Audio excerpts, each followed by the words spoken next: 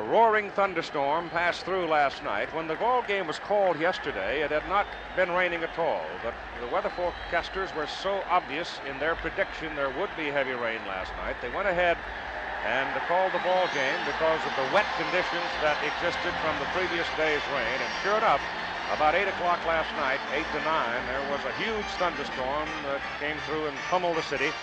But today has been quite comfortable, and Bob Watson, who might be the Yankee MVP, is at first base. He's had a fine World Series, his first.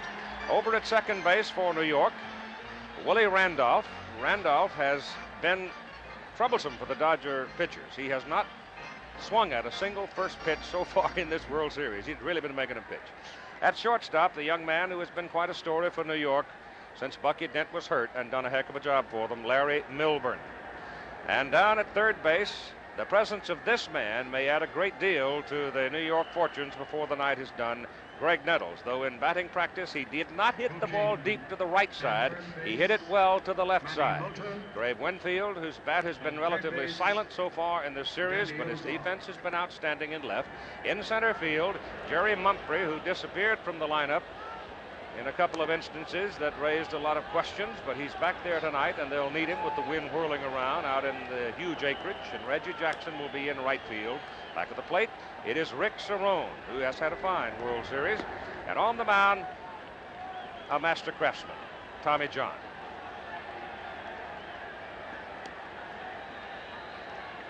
The reflection on Tommy on the season and in the ball game in which he opposed Bert Hooton.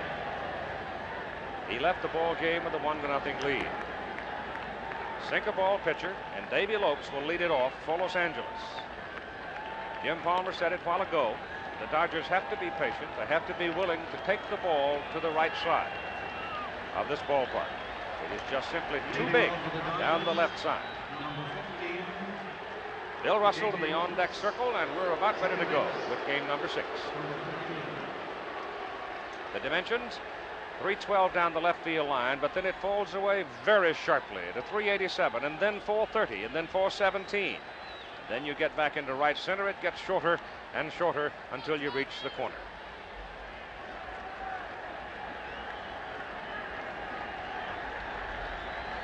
And so we begin. The Dodgers leading 3-2, and the first pitch breaks off inside for ball 1 to Davy Lopes. Manny Mota coaching at first, Danny Ozark at third for Los Angeles. Sharp shot, Nettles at third. 1 out.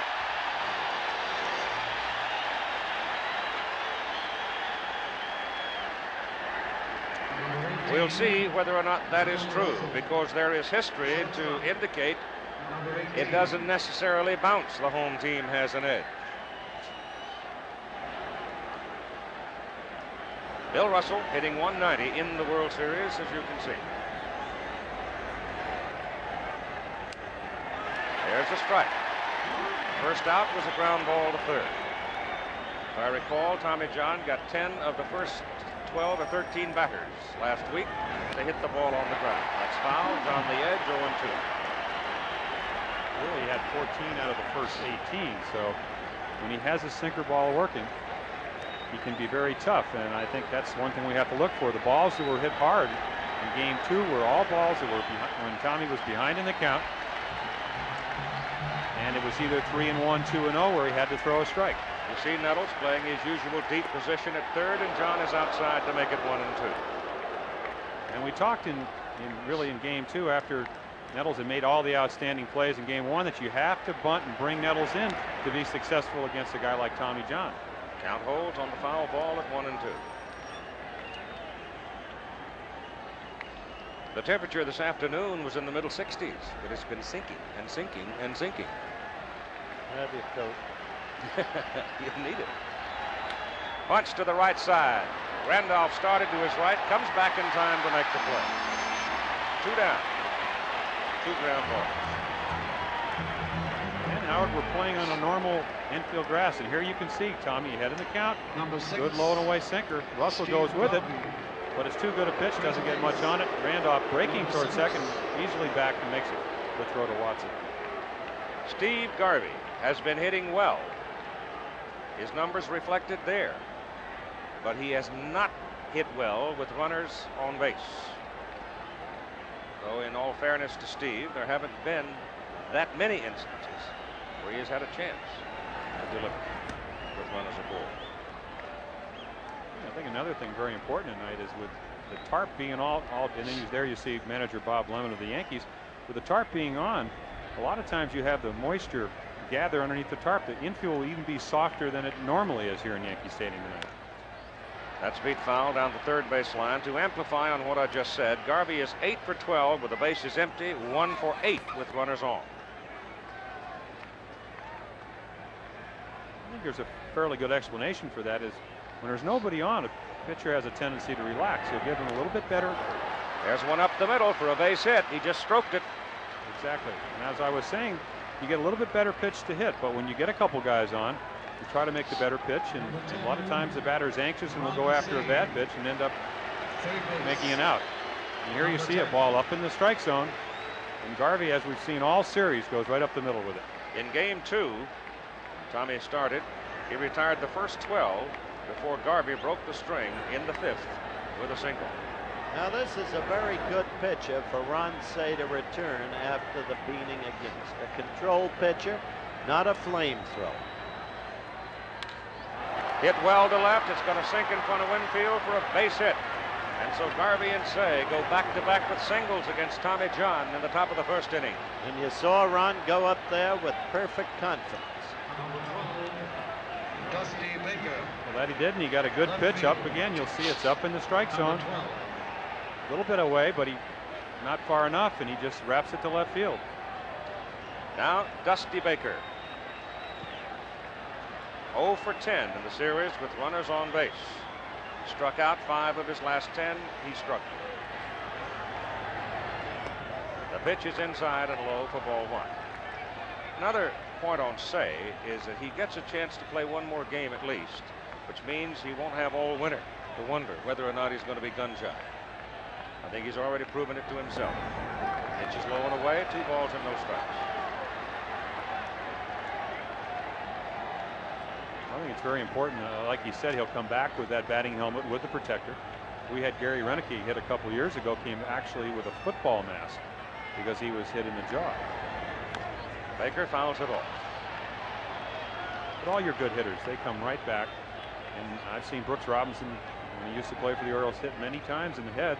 Next day, they want to get back in the lineup as soon as they can because they want to ease the doubts in their own mind. Some do, but Ducky Wucky Medwick, the Hall of Famer, was never the same hitter again after he was beamed by Bob Bowman of the Dodgers. Baker hits it in the air to the right side and hangs up there for Reggie Jackson. Wind moves it around. Reggie holds his ground and he makes the catch, and the Dodgers lead 2 in the top of the first inning. Coming up, Randolph Mumphrey Winfield for New York. In the lineup, batting second, Jerry Mumphrey. Dave Winfield struggling, batting third. The big man, Reggie Jackson, batting fourth. The big man of the series for the Yanks, Bob Watson, fifth. Graig Nettles back in there, batting sixth. Rick Cerone batting seventh. Surprising Larry Milbourne batting eighth. And the ninth hitter, Tommy John. Defensively for Los Angeles, Steve Garvey will be at first base. Same infield you've seen all along with Davy Lopes up at second base. Jay Johnstone gave him some pine tar for his glove after his 3 errors. Bill Russell is at shortstop. And the miracle of the day, Ron Say is at third. Had to wait until literally game time before we knew for sure he'd be there, but he's there. Dusty Baker is out in left field, very steady and dependable. Pedro Guerrero is in center field. Not a whole lot of experience there, particularly in this park. And Rick Mundy, with left-handed power, is in right field. With Steve Yeager, as Howard indicated earlier, a chance to be the MVP after not playing very much. And on the mound, Bert Hooten. At third base, Joe Altobelli. Hooten was the bad luck loser in the second game. An unearned run scored. He left the game. It was 1-0 New York. Big question on Bert is whether or not the extra rest will have any particular impact. It might make him stronger and sharper, and on the other hand, it might not. We'll see. We'll know early, I think. As Willie Randolph comes to the plate, his only hits have been in Game 4, both to the opposite field. He's walked 7 times, and I said, in 23 appearances, he has not taken a swing at the first pitch. Well, that batting average is very misleading because with the 7 walks, and he's been on, I think, on a couple of errors, out of maybe 22 times, he's almost been on base half the time. And as we've said all along in this series, for the Yankees to really be offensively successful, it really helps when Willie can get on base. In the game that Hooton pitched here in New York, a gust of wind comes whipping in, and Bert breaks his delivery motion and scuffles around on the mound to get a little bit of footing. But in that game 2, which Hooton pitched against New York, Randolph was in the number 8 position. Mumphrey was the leadoff man.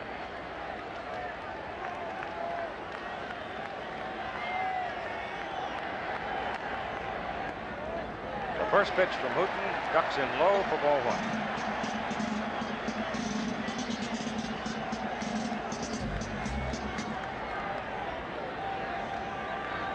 The flags are pretty much straight out and toward right and right center. The pitch is inside for ball 2. And Yeager goes out. See what the problem is. Bert does not appear comfortable. Well, Keith, when you first go out on the mound, right in front of the pitching rubber, normally you have to kick out in front of it. And I've always felt that the first batter of the game can sometimes be the most important because you don't have any idea of how you're going to feel. And obviously, if you can get him out and be able to throw strikes, it's very important. There's a strike on the outside corner to make it 2-1. He has now moved a little bit on the pitching rubber too, Jim. He's moved to the extreme right-hand corner as we look from home plate, or left as you look in there. Well, if you take a pitcher, I know personally there are some mounds, this one here in Yankee Stadium, that I like very much, and there are also other mounds, say in Detroit and other towns, that you do have difficulty throwing. And Bert's right over the top. This should be a pretty good mound for him. Now it's full now, 3-2. 3-2.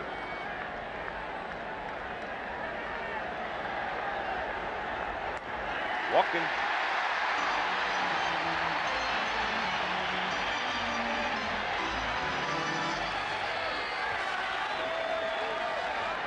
That is the 8th time that Willie has had a free pass to first base, and now Jerry Mumphrey, the center fielder, number 2 hitter, with Winfield to the on-deck circle.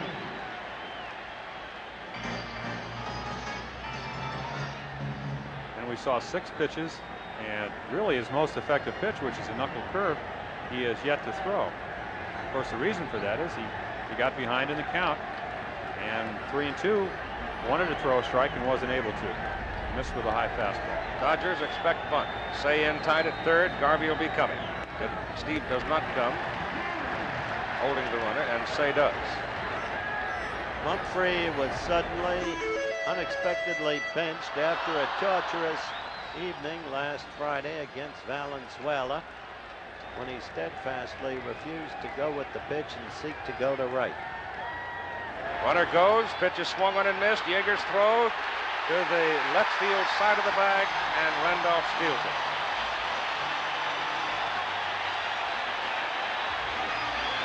Now, Jim, the Yankees, with their backs to the wall, have determined to try to make things happen. So they had Randolph running. Well, that's right, Howard. And of course, Hooton has helped him out by walking Randolph and then getting behind Mumphrey. 1-0 count's a pretty good count to run on. You know that Hooton, a veteran, is going to try to throw a strike, which he did. Mumphrey protected Randolph very well, and Willie with a good slide. Yeager made a fairly good throw. It's just a little bit to the left, and Randolph is the best base runner. And the man at the plate right now is the second base, the best base runner. Randolph on the corner now, and a 1-1 count to Mumphrey. Fouls it away into the Dodger dugout, and they'd still like to get him as far as third, where Winfield could deliver him with a ball to the outfield. There's Big David. Beleaguered, not only because of his failure to hit in the series as well as he did in the regular season, but for other reasons as well. 1-2. Big lead by Randolph at second, And the pitch is foul back. And we still have not seen the knuckle curveball, and I would assume the reason for it here is that Hooten would like to get Mumphrey to hit the ball to the left side so the runner will not advance. And if you throw a curveball to a left-handed hitter and he pulls the ball to first or second, you'll have the situation you talked about, Winfield up with a man on third. And in the first inning, they're usually going to play back and give you the run. Taps it foul.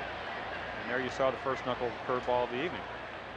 When he is right, he has the ability to make that curveball. Normally, when you throw a right-handed curveball to a left-hander, it comes in towards him. But Hooten can make the ball either come in or go away. And that's one of the reasons he's been so successful over his career. He has a pitch that not too many pitchers throw. Comes back with a fastball inside to make it 2 balls and 2 strikes. Bert's fastball coming in on the Jugs gun at 88. And that's about his range. Well, that's what he was throwing last Wednesday here. So it doesn't seem to have the extra rest to make him any stronger. It seems to have affected his control so far. The pitch is low to make it a full count, 3-2. So Bert's throwing a lot of pitches for the first 2 batters. The Dodgers had Garvey and Say with successive singles. And 2 out. They stranded him. Ball is looped into short center field. Guerrero coming hard. Good speed, and Pedro makes the catch. And you've got 1 out, and Randolph has to stay at second base.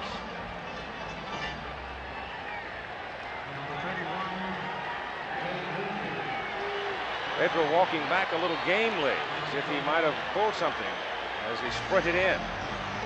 Maybe a little soft and in some spots a little slick in the outfield, though everybody seemed to be getting good traction when they were out working out. You see him dragging his leg a little bit.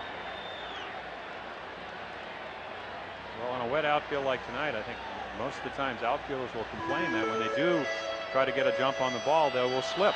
And that's all it takes sometimes. And it's not extremely cold, but colder than it was in Los Angeles, and it's an easy way to pull a muscle. Winfield has all of right center open. Hits it sharply to left. Baker has to stab it and whips his throw back in, and you've got 2 out, and Randolph is still at second. When you're in a slump, that's how it goes for you. Winfield hit that ball a shot.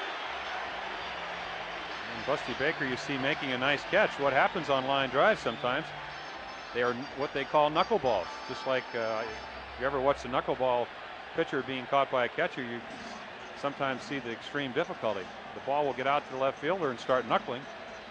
And Baker made a nice catch. It didn't seem to be that tough a play, but as it turned out, tough ball to handle. Reggie Jackson is at the plate now. Randolph at second and 2 out. Except for the home run off Steve Howe, everything Reggie has hit pretty much has been up the middle or the left center. And Hooten is high and tight and Dexy.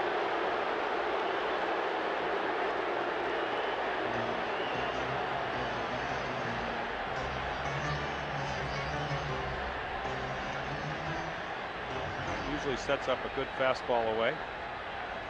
But Reggie usually responds to hitting the dirt with a hit. Well, that he does. That ball was not as close as it may seem. Reggie, of course, is kind of diving towards the plate. Wants to be able to reach the pitch on the outside corner.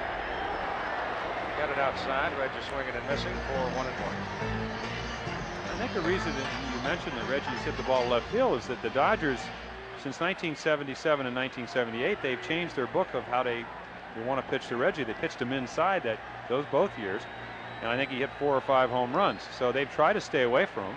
They'll give him the double or the single to left, but not the home run. Bird is outside, 2-1. The center fielder Guerrero is way over in right center. I mean, way over.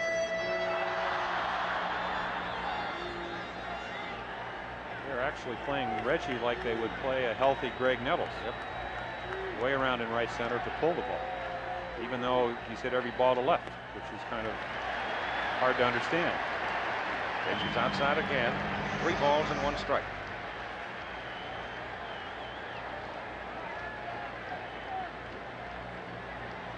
Well, he had a double down the left field line in Los Angeles, and it's wide open too because Dusty has shifted over as well. Foul back. So here's Bert Hooton now, 3-2 on another batter.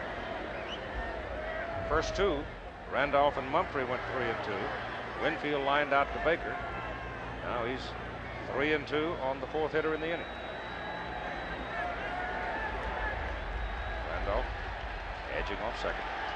I think with the first base open, you might see a knuckle curveball in this situation, not giving in to Reggie. They move Guerrero over, but it doesn't matter. Hooton blows him away with a good fastball as Reggie swings through it.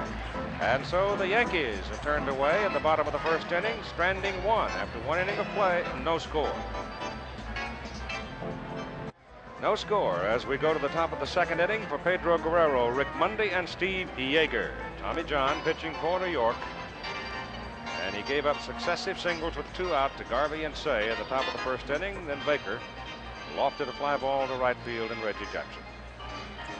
Keith, both clubs had first inning opportunities. The Dodgers got theirs on consecutive Garvey Say singles with two out. Baker flied to right. But the Yankees, in the pattern of those LA games, had a man on second with nobody out. They never bunted him to third, otherwise they might have gotten a run. And once again, they blew a wide open opportunity. That's been their history in this series. There's Bert Hooton. The quiet Texan. Tommy John delivers outside to Guerrero, ball one.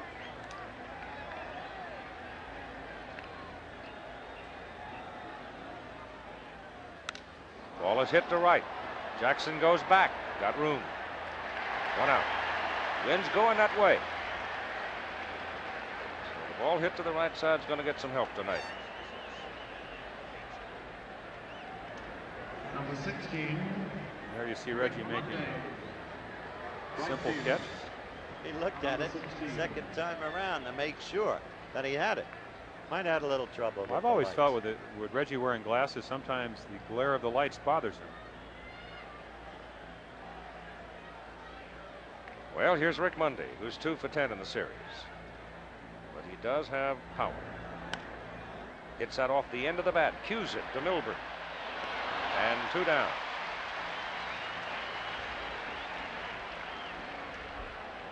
The young man with the devastating left hook, particularly to the liver area, Jerry Coon. Setting up potentially a fight against Joe Bugner, which sounds kind of ludicrous on the surface, but it may happen. But sooner or later, the showdown. Julie against Holmes. What? Joe Bugner? Joe Bugner, yeah. I thought you were going to ask what he has in common with George Steinbrenner, a good left. No, George doesn't have that kind of left. Steve Yeager, he hit a home run to right field at Yankee Stadium. This time he pulls it to the shortstop MILBOURNE. Larry throws on the bounce and gets away from Watson. And Yeager's aboard. Error shortstop. Fairly simple play. We saw MILBOURNE in the series in Los Angeles. Throws coming up just a little bit short. There's another one, and Watson can't handle it for the error. The Dodger pitcher, Bert Hooton, Number 46. wrapping his bat in pine tar. I watched batting practice from up here tonight because there were 2 or 3 people I really wanted to see. You see the Dodger catcher, Steve Yeager, hustling on down the line. Steve has pretty good speed. You can see the ball was there in plenty of time for the out, but bounced away. But Bert hit the ball well in batting practice. This time he just squibs it back to Tommy John. Well, there you go. So the Dodgers have now stranded a total of 3 base runners in the ball game. After an inning and a half, there is no score. Bob Watson, 4-12. He has not struck out so far in this World Series. And Bert Hooton is outside with the first pitch for ball 1.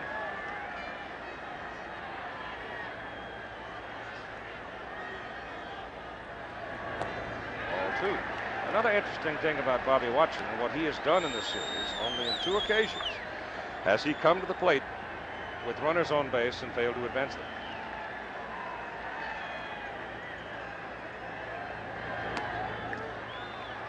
Bit the outside. 2-1. Watson thinks the ball was outside. What they've done with Bob the last couple games is they've gotten ahead and then they've gotten him out inside. Really into the first 3 games. Fouled We away. saw a breaking ball, and he hurt them with balls out over the plate when they got behind in the count. He was 2 for 4 in the game 2. 1 single off Hooten. The count is now 2-2.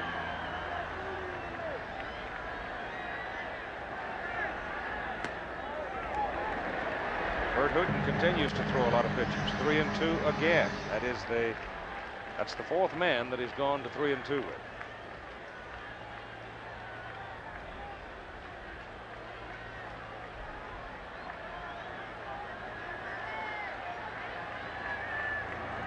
Foul back.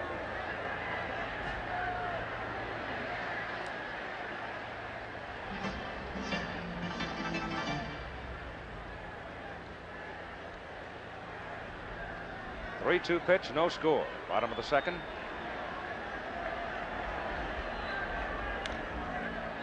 Say at third. Gonna bounce it. Got it. Garvey took it in the stomach and held on. Goodness knows how many errors Steve Garvey saves at first base during the course of the season. Tough play for Ronnie. A long throw. Look where he is, all the way back behind the coaching box practically. First base umpire Larry Barnett waited a while before he made the call to make sure that Garvey had it. Here's Greg Nettles. Can't measure the importance of this man to the Yankees. When he got hepatitis last year, the Yanks weren't the same team. They haven't won a World Series game since he was out. First pitch. Hits it sharply to Davy Lopes. And so Davy survives the test in the early going. He handles the first ground ball rather cleanly. You notice that Graig did not hit to the right side in batting practice, Jim, which can only mean he's favoring his thumb. And he didn't get around good on that one. Well, it was a breaking ball, and you could see after he hit the ball that his hand was almost off the bat. This is something he has said that Charlie Lau, the batting instructor, is trying to get him to do, but that's not his normal batting swing. Rick Cerone is in there. And Rick had stepped away in time. I thought time was called, but I guess not. Ball 1. There's a strike. 1-1. Dorothy Hamill.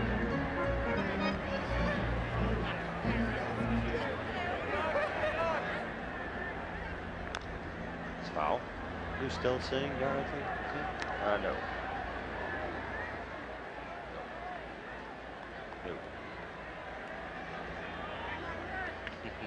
Terry Royce, who pitched an absolutely brilliant game on Sunday. Why did you say no 3 times? For emphasis. Ground ball. Shortstop Bill Russell. In the dirt again. Steve Garvey comes in it cleanly. As far as we can tell, the Yankees have resumed their position on the field. Loosening up. The wind continues to swirl, and you're getting some paper, bits and pieces of debris blowing around. This is the coolest night that we have had, and it's also the least settled as far as the weather conditions are concerned. The wind has been blowing pretty consistently in that direction since we came to the ballpark in late afternoon. Tommy John back on the mound now to loosen up. Tommy threw only 5 pitches in the second inning. He threw 15 in the first. Bert Hooten, on the other hand, has thrown a lot of pitches up there. Bert had 21 pitches in the first inning. He threw 12 more in the second, so he's thrown 33 so far in the ball game. And we've been delayed here now the better part of 8 minutes. Didn't bother Tommy. He told the umpires he was willing to pitch with the power failure. No, I'm sure.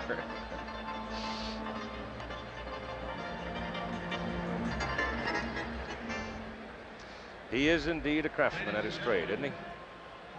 That he is. I still don't think he's in as good a groove as he can be in, while it seemed that Hooten in the last inning came along and threw his knuckle curveball when he was behind in the count. made some good pitches, seems to be settling down. Second time around for the Dodgers now. Top of the order, Davey Lopes, Bill Russell, and Steve Garvey. And we thank you. Steve Yeager, with whom we spoke in the pregame show, terribly interesting fellow, wearing a beard, as you can see. He did not shave when the series started, and therefore, with the Dodgers now ahead 3-2, he steadfastly refuses to remove the beard until and unless the Dodgers lose, which he hopes will be never. That will be one of the great sports stories of this year. In fact, Yeager should wind up the MVP in this World Series. My goodness. Well, he attributes his success. He's played more in the last week as far as being a regular player than he did all year, and he feels that has a lot of reason for him being so successful. Lopes lays it down as foul. He didn't get it down the left side, where Nettles had shortened up a little on him, took it down the right side, and he just dribbled to foul. Davey had in game 3 leadoff double, which ignited that 3-run outburst for them. But he is not a patient kind of a leadoff man at all. We've discussed that, Keith. You'll remember, evidenced by the lack of many walks, in contrast with Randolph. But what Davey can do when he gets on, he's 9 for 9 in stolen bases, or 8 for 8 in postseason play, and he also stole 20 out of 22 during the season, so he can do some base running. Outside, 1-1 on Davey Lopes. Davey bounced to the shortstop his first time.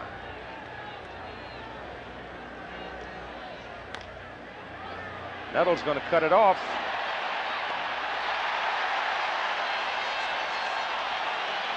One out in the top of the third. With the play around home plate at Dodger Stadium, Jim, that might have gone down the left field line. We saw Nettles come in, and again, a nice play. Very important, not only the first hitter of the inning, but also Tommy John's had trouble with Steve Garvey, and 2 for 3, and he got a base hit already tonight. Russell goes to right, gonna sink for a base hit. That's hit number 3 for the Dodgers.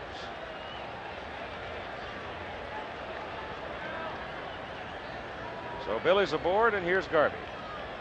Steve singled first time up. The first baseman, Steve Garvey. Wouldn't be surprised if the pitch is in the strike zone to see Steve go after the first one. Mr. Consistency.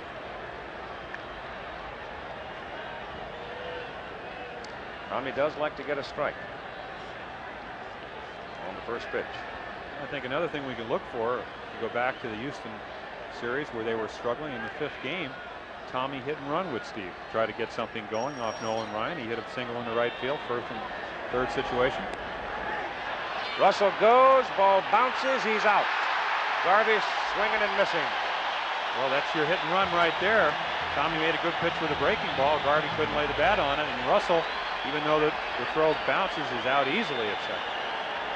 He was counting on Garvey being able to get some wood on the ball, and hopefully, with the infielders moving, get the ball into the outfield and create that first and third situation.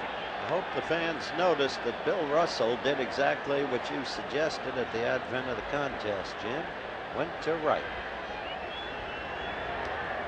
1-1 to Garvey with nobody aboard now, and 2 out. Now that makes it look like Steve can hit, or it hasn't been hitting in the clutch, but that's really not representative. He's a hitter. Fouled at the plate, make it 1-2. Steve 3 out of 4 against Tommy John.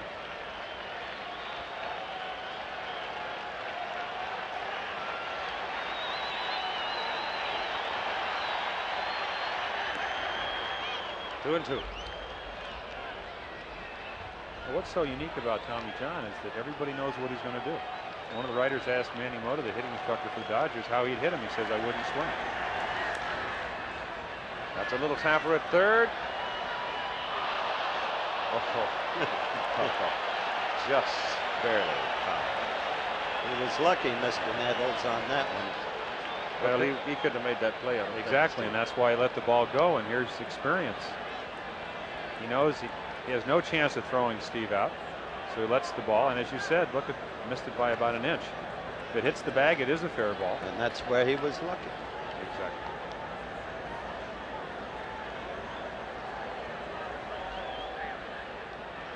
Ron Say in the on-deck circle for Los Angeles with 2 out, nobody on. Russell had singled and was thrown out. He talked to me at length today, Ron, over at the hotel where the Dodgers are staying, about how Goose Gossage came over to see him in the clubhouse after the game, and how Mrs. Gossage ran over to Mrs. Say immediately the accident happened. 2-2 pitch. Garvey hits it in the air to center field for MUMPHREY. And there you have it. After 2.5 innings of play in Game 6 of the World Series, no score at Yankee Stadium.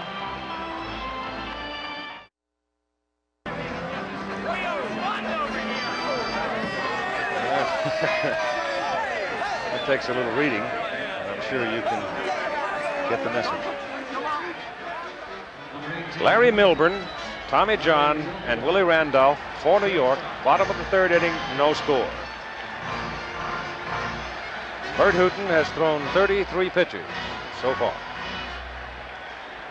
in 2 innings.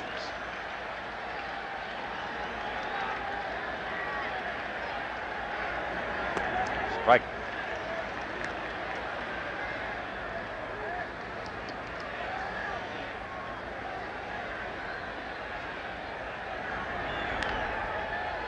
To Garvey. He'll do it himself. 1 out.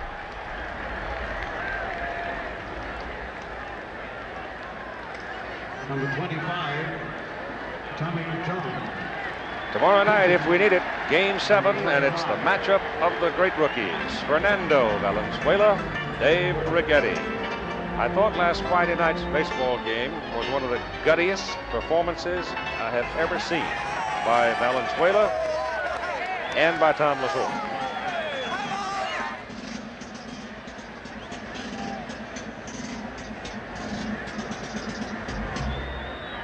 Here's TJ. You realize Yankee pitchers or the pinch hitters have come up with 20 runners on and produced no hits? What did you say, Jim? They're 0 for 35 or something like that? There's Fernando, who will get the call tomorrow night. Fernando in his hideaway. Otherwise, his next start will probably be opening day next year. That's right. 1-1, 2 strikes.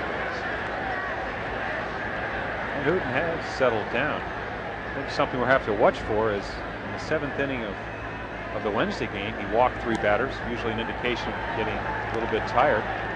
He's not known for completing games, so even if he does pitch well, we will probably see the Dodger bullpen at some point tonight. Which I think has been buoyed some by the presence of Forster. I think Terry's pitched well on the occasions he's been asked to do so.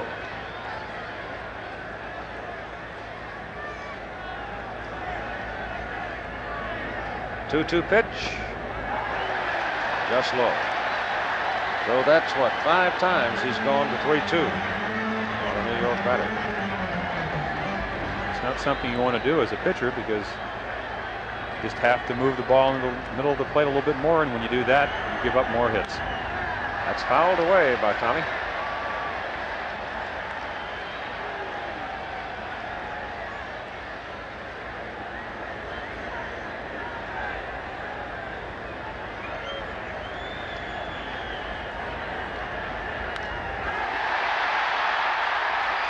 Foul ball.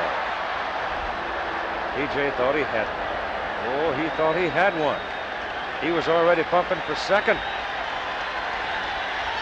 Rick Mundy fetching it out of the corner.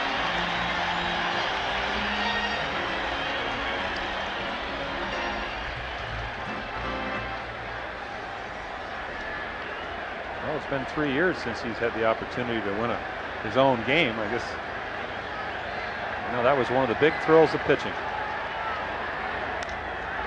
Well, he hit it pretty well to right center field, but Guerrero had him played perfectly. The wind carries it a little bit toward right. Pedro makes the catch. 2 down.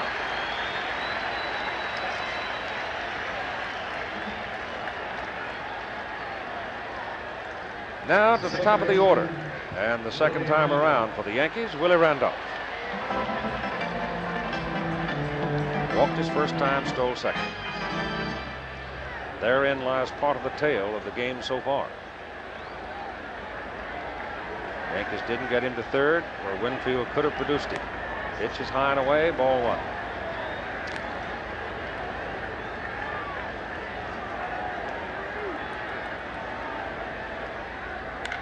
Ball is hit well to left. Baker going back. It's gone.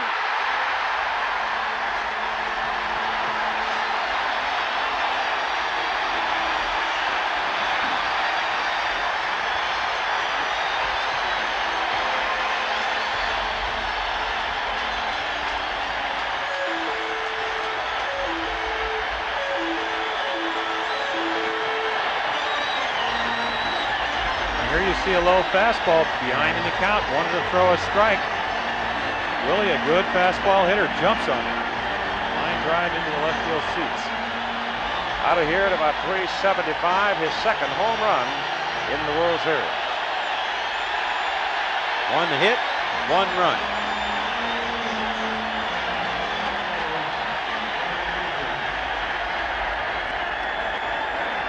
Pitch to Mumphrey, low, ball one. Standing on the mound saying, why couldn't he just been a line drive for a base hit to left instead of going out of the ballpark?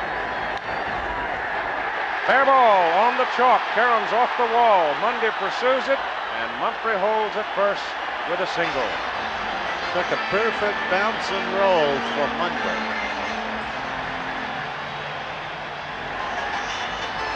So the Yankees rattlebird a little bit with two out in the bottom of the third.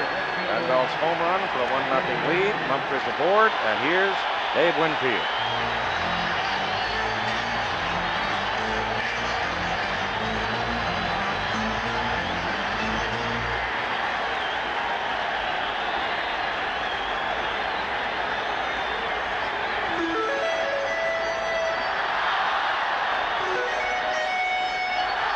When this big guy comes to the plate, you've got to think sooner or later the law of averages, or whatever it is, sooner or later. Yeager bluffs the throw. Mumphrey back on his hands and knees at first base. Ball one. I'll be interested to see if they run Mumphrey. They ran Randolph in the first inning, indicating a change of strategy and aggressiveness they didn't have in Los Angeles. We may see it again here. Pitches inside. Mumphrey made no move. 2 balls and no strikes. Joe Altobelli comes out of the third base coaching box, comes up the line. Winfield turns and has a good look.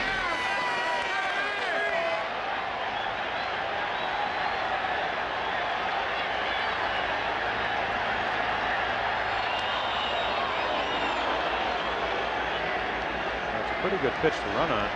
2-0. You know they're not going to pitch out, or you would think not. Also, Hooten's probably going to throw a strike here. Doesn't go, and he misses. 3 balls and no strikes. 50 pitches now by Bert Hooten, and you get activity in the Los Angeles bullpen. Action, that's it, in the bullpen. Terry Foster, as Keith suggested. Dave Stewart with him.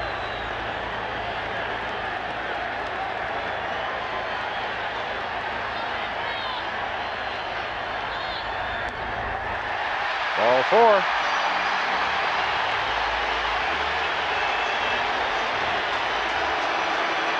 There's the Dodger pin. Lefty is Foster, the right-hander Stewart. Here's Reggie Jackson. And the primarily New York crowd is up stomping. Yankees lead 1-0. Randolph's home run with 2 out at 375 feet to left field. Jackson, his first time, struck out swinging.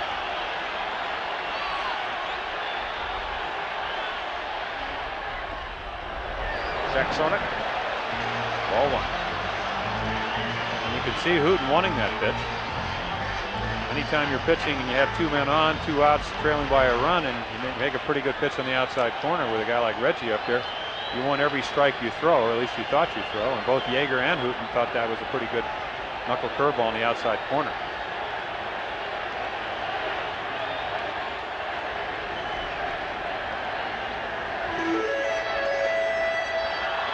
First time up, they struck out Reggie with a high fastball, but he may not chase that pitch behind in the count. Fouled off. Count is 1-1. Willie Randolph at second. Willie Randolph hit the home run, and Mumphrey at second, and Winfield at first. And Mumphrey edging down the line. Russell behind him, sort of peeking over his shoulder, trying to read the pitch. And Reggie hits it in the air to the left side for Baker. Plenty of room for Dusty, and he makes the catch. So the Yankees get a run on Randolph's home run and lead after 3, 1-0. It'll be Ron Cey, Dusty Baker, and Pedro Guerrero for Los Angeles in the top of the 4th inning.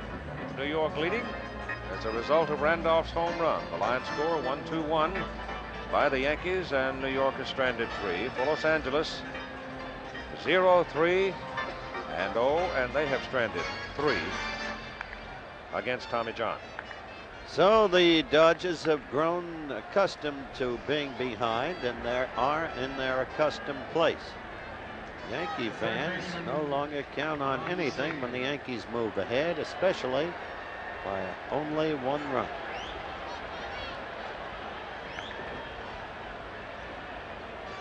Ron Cey, who had a single his first time up tonight, thereby completing his miracle. A frisbee sailing onto the field, and they'll carry it off. It's always a relief when they only throw frisbees. Yes, sir. Indeed. Worth noting, I think, that Ron Cey is wearing a cap with a flap. The other day, when he was struck by the Gossage pitch, he did not have a flap, but for a fraction of an inch. Tommy John ready, and the pitch is on the outside corner for strike. Cey can reach in left here with his power, but he takes a dandy curveball for strike 2.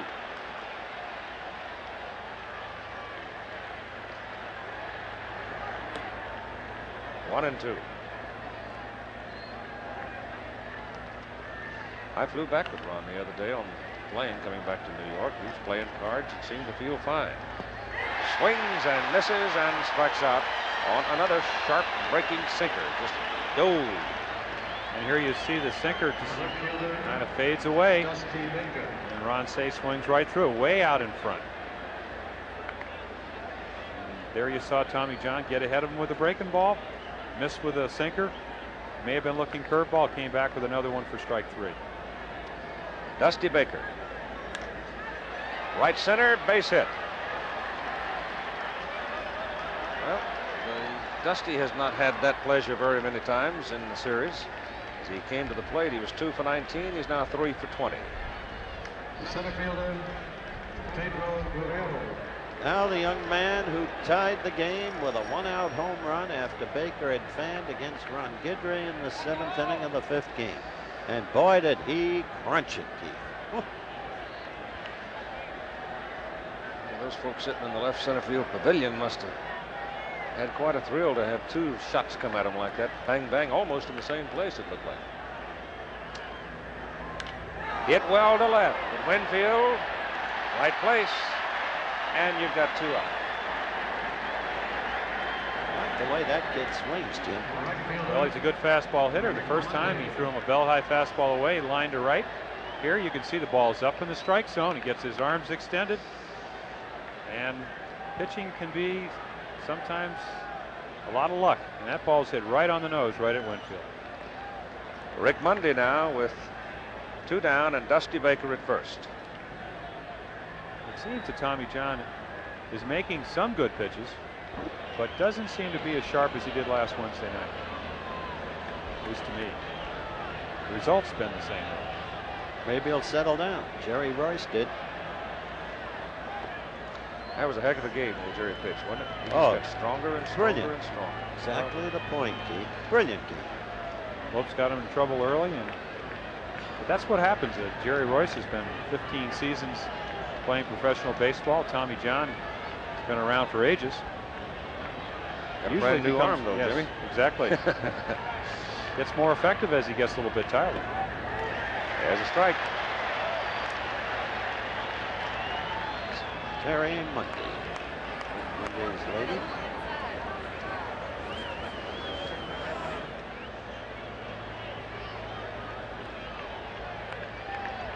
Rick didn't play last Wednesday. They played Kenny Landreau. Tommy got him for a big strikeout. So you see Tommy Lasorda going with a more veteran player. Rick hangs in there well against left-handers. You just have to make good pitches to get him out. What he's done now is work Tommy into a 2-ball, 1-strike count where might get a pretty good pitch to hit. 2-1. Fouls it away. Make it 2-2. I think Tom Lasorda's had a pretty good series too, don't you? As you see Dave Righetti, who will pitch tomorrow night. Incidentally, that Valenzuela-Righetti matchup, if it comes, will be the first time ever in World Series history both starting pitchers were rookies. But to go back to the point on Lasorda, I think he's had a pretty good series. Tremendous. In Game 7. Yeah. I'm trying to get a hold of too many facts at once, I guess. First time ever when they've gone in there with all the marbles and chalk. If it comes to a 7th game, I think Dodger fans will see the real Righetti. Well, he wasn't the pitcher that the Orioles saw on last Friday. Didn't throw as hard as he could. He'd only given up 1 home run all year. Not taking away from Ron Say, because he can hit home runs on anybody. Baker goes Monday, a shot through Watson's glove. He nailed it. Bobby flagged it. I would think that would be a base hit. And I'm not scoring it. No, we got 3 fellows scoring it, and it is a base hit. Baker goes to second. Monday at first for Steve Yeager. So once again, Yeager in a big situation. Is he a man of destiny? He did not hit Tommy John in Game 2. No, but he did hit that scorching liner up through the middle that Tommy knocked down and made a fine play on. Or the game would have been tied 1-1 at the end of 7 innings. Low. Hooten on deck. One would think here they would pitch rather carefully to Yeager with the pitcher Hooten on deck and not be terribly concerned if they should walk Steve. They're your base runners. Yeah, I think the only thing they would be concerned with is that the tying run now is at second, and the minute you walk him, as we said, Hooten swings the bat pretty well. You do put the go-ahead run at second base, even though it is early in the game. They pitch to him. He hits it into left field for a base hit, and here comes Baker. The game is tied. So he does it again. Remarkable.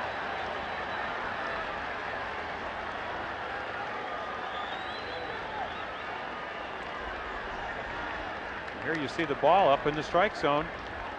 Hit right between Milbourne and Nettles. You see Milbourne making a nice effort. Baker running on the plate scores easily. They do strike back, don't they? They're pecking away too. They've got 6 base hits, as you see here in the top of the 4th inning. We're all even at 1. And here's Bert Hooten.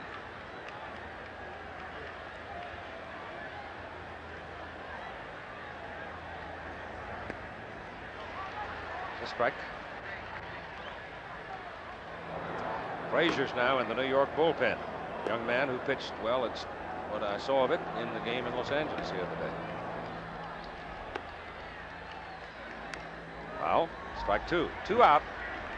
That he did, Keith. He pitched well both Friday night and Saturday night.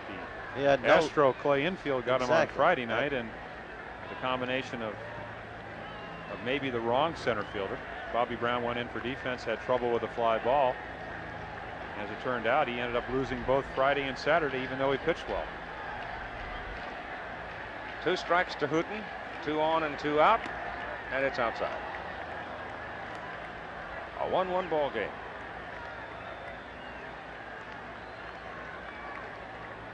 Dodgers win, it's over. Yankees must win to force game 7. Just misses. And there you see again, Tommy John is not being able to get the ball down in the strike zone. In this inning, the ball that Monday hit, even though it might have been played by a better fielder than Bob Watson, was on the inside part of the plate where he normally doesn't throw it. The ball to Yeager for the single to left was up in the strike zone. And there is a good sinker for strike 3. So he strikes out Bert Hooten. The Dodgers strand 2 more, but they get a run on Yeager's single, and the game is even at 1-1. Bottom of the 4th inning we go now. For New York's Bob Watson, Greg Nettles, and Rick Cerone as the Dodgers get a run to tie in the top of this inning. And Bert Hooten, he had 2 men, Dave Stewart and Terry Forster, throwing back of him in the top. Actually, the bottom of the 3rd and a portion of the top of the 4th, but they are both now sit down and put on their jackets in the bullpen. Frazier is back sitting down in the Yankee bullpen. Bert got Bob Watson to bounce the 3rd baseman Say his first time.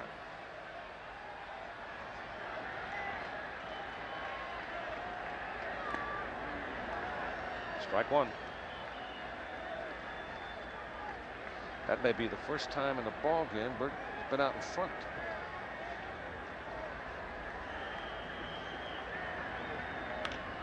To the shortstop, Russell. 1 out.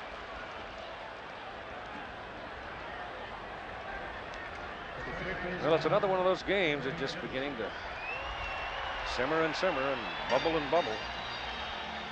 So much at stake. Greg Nettles at the plate. Thing to watch here is whether or not he can keep his top hand on the bat. The sore hand. The left one. Foul back. And there you saw Hooten go right in on his fist.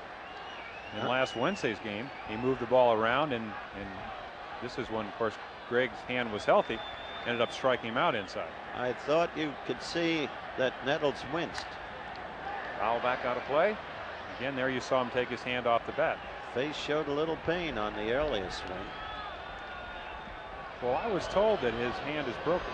He has a hairline fracture on the inside of his thumb, and you can see there that the hand not on the bat.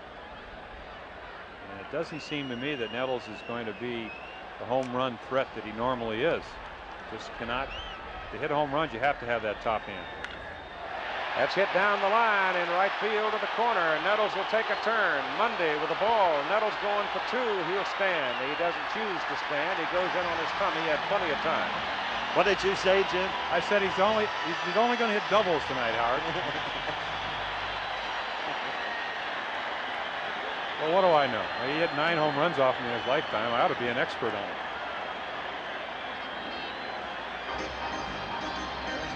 Got the inside pitch, but again, you can see a bit of a teeth grinding experience.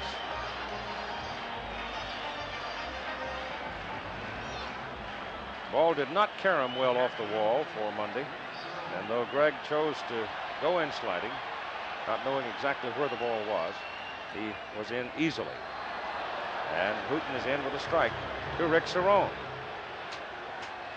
Yankees with the go-ahead run now out at second base with 1 out. Where'd you say it was, Rick said? Right over the outside corner. That's the way you saw it, Rick said?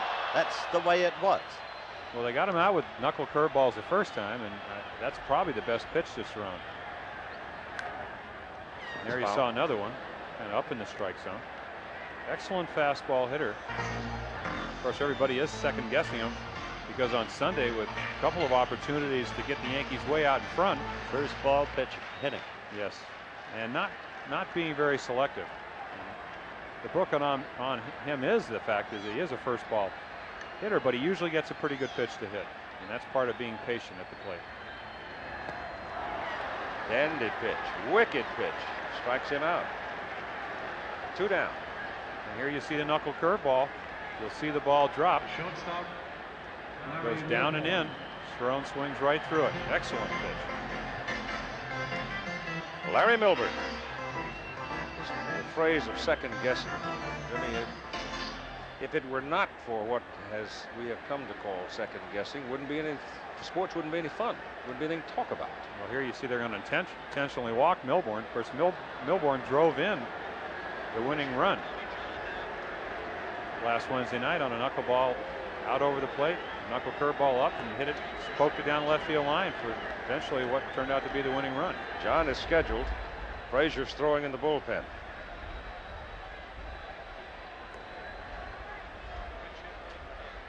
TJ took off his batting helmet. Lemon is asking Tommy John how he feels. Lemon is not disposed to take out one of his aces this early.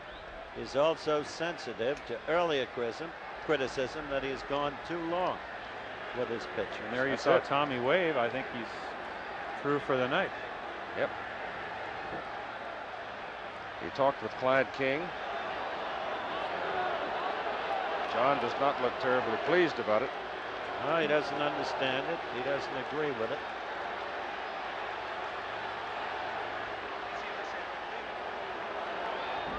But you see the manager's reaction to that which has transpired in the past. Now, if Lemon's going to put up a pinch hitter, it is Bobby Murcer.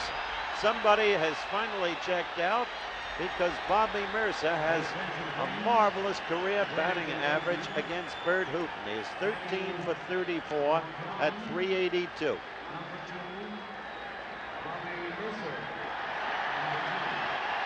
Things get a little sticky when you've got an ornery owner and you've been criticized in the 3 prior games. So Lem is much more quickly reactive tonight. He now awaits a new second guess. But in point of fact, Jim Palmer has said that to him, John has not been in a good groove all evening, and he has given up 6 hits. Only 1 run, but 6 hits. And in his most recent inning, gave up 3. But I think there is a tendency of veteran managers to stick with veteran pitchers. I know in our ball club in Baltimore, Earl Weaver would much rather stay with a veteran pitcher that's been there before than to go to a rookie such as George Frazier. But again, you can second guess anything, and if Bobby Murcer gets a clutch hit and Frazier pitches like he did in game 3 and 4, it might be the best move that he can make. Nettles at second, Milbourne at first, Murcer the hitter. This is Murcer.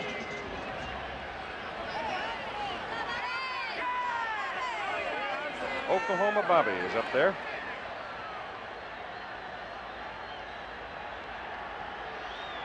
Both Hooton and Bobby spent time with the Cubs. Pitch, strike. Now Murcer is, to use Jim's word of a few moments ago, a selective hitter, a patient hitter. He waits for his pitch on average. Dodgers shade him well to the right in the outer defense.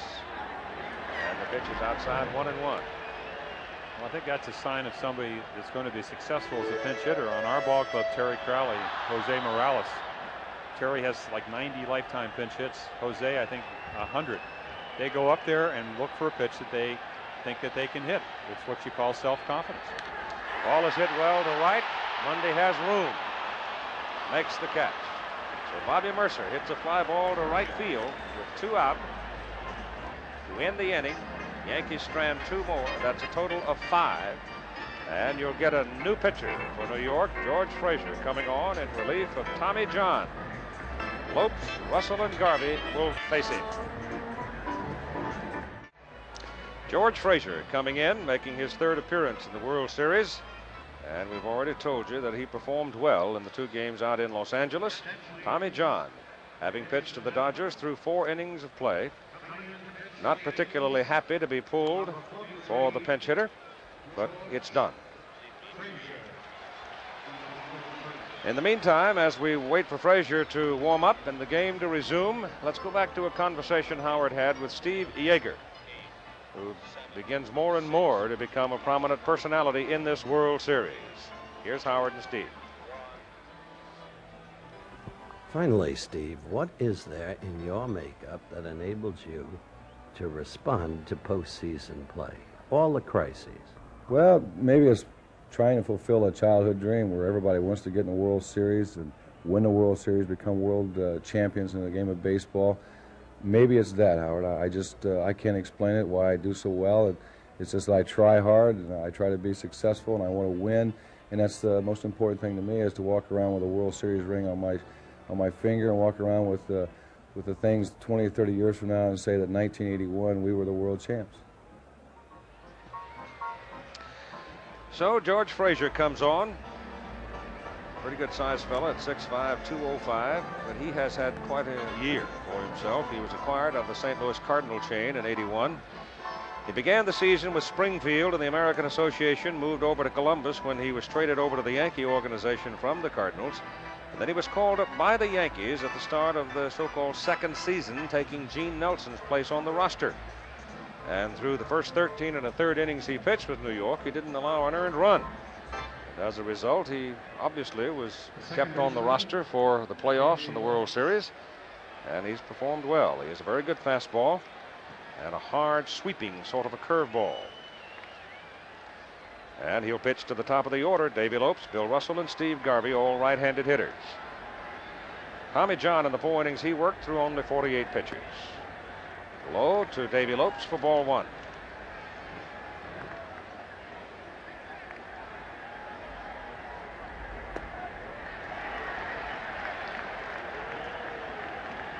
He comes out of the bullpen throwing at better than 90 miles an hour. There's a strike. 1-2.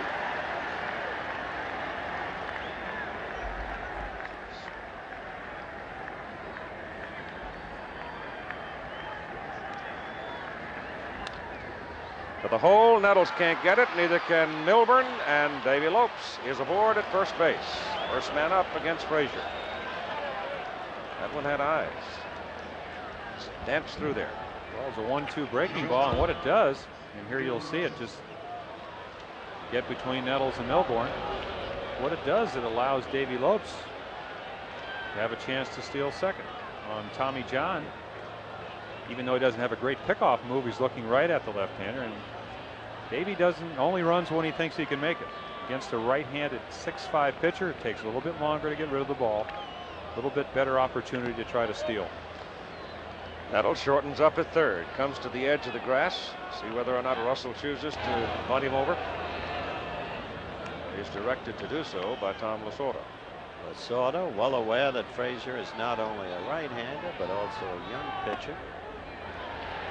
Russell pulls it away and takes a strike.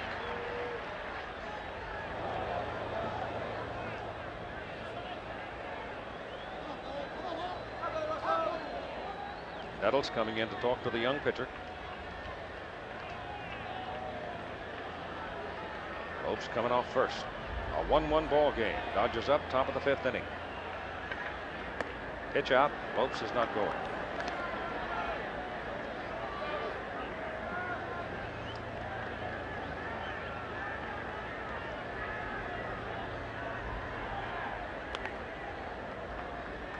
Against Gossage, the count was 0-2. Davy got a stolen base. Against Russell, he went on 0-1. Against Davis, he went on at 0-1.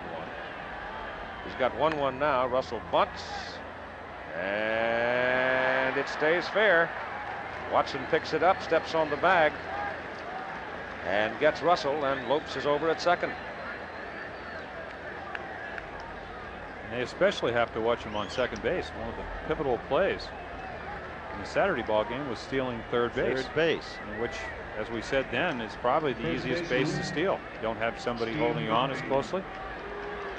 And here Watson, you see him taking the out. The last thing the Yankees want right now is a big inning. If this runner, Davey Lopes at second, would happen to score, they're still in the ball game. Plenty of time to get the tying run and maybe go ahead, but just don't want a big inning in the 5th inning because it puts you right out of the game. Pretty tough customer up there now, and Steve Garvey. 1 out. Ball is hit high in the air to left field for Winfield. 2 down.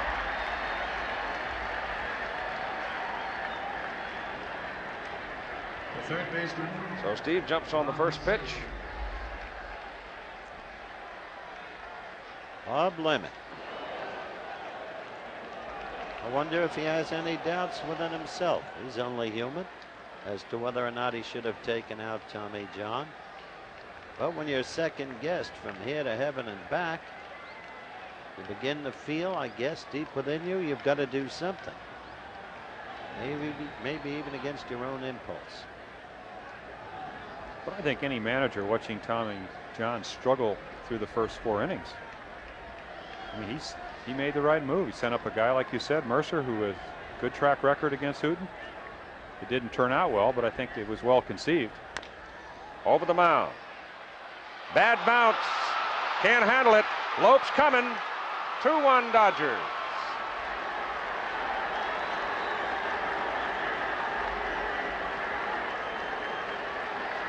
Here you see a good sinker. Just chops it up the middle. Hit right on the edge of the grass. And there you saw it kicked right. Yep. Hit right on where the grass and the dirt meet. And he just skipped right between them. Seems uncanny, doesn't it? The way their ground balls are going. Part of this whole momentum they developed in Los Angeles. 2-1 Dodgers as Dusty Baker takes a strike from Frazier. A base hit for Ron Cey. It seems like most of the bad things that happened to the Yankees happened when George Frazier's on the mound. I'm sure he's talking to himself. Pitch is outside. It is strange, isn't it?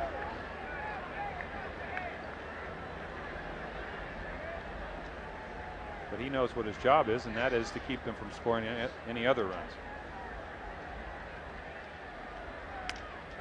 That's a little looper. Randolph going hard. Can't get it. Drops for a base hit. Cey turns and goes to third. They're just picking his bone. It's agonizing, must be, for the Yankees. They haven't had a well-hit ball this inning. Not really.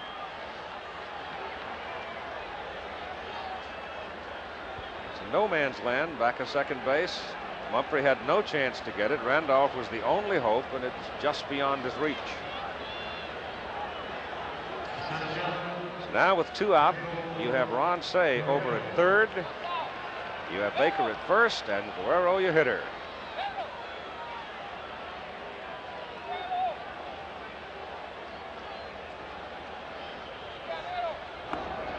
Ron Davis is up in the Yankee pen. Rudy May up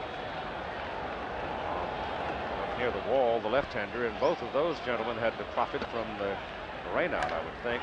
Guerrero hits it high, hits it deep to left center field. Mumphrey on his horse, going, can't get it. Cey scores from third. Here comes Baker, rounding third. Guerrero heading for third. In with a triple, and the Dodgers have got the big inning going.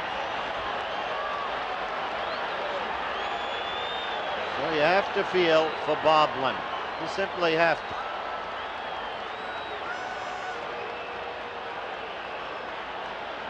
He hit that ball to the fence at 430 feet. And the Dodgers lead 4-1. And I wonder what Tommy John is thinking.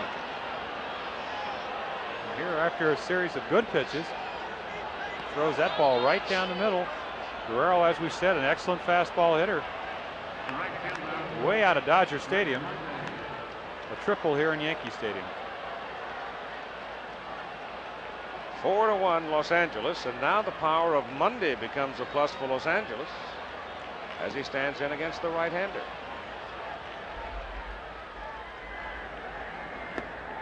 Low for ball 1.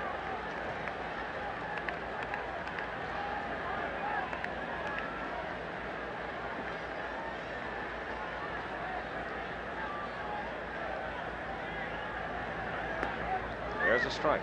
Lopes led the inning with a single. Russell sacrificed him to second. Garvey hit a fly ball to left for the second out. Then Say single. Baker single. Guerrero tripled. 3 runs are in.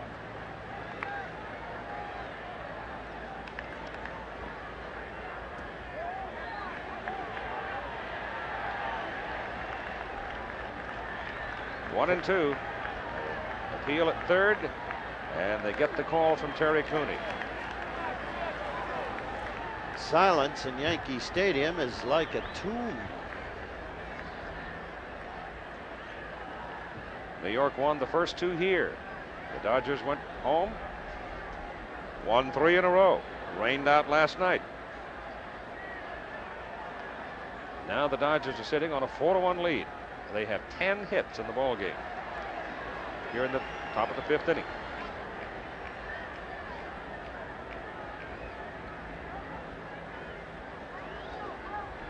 Davis and May continue to throw in the New York bullpen.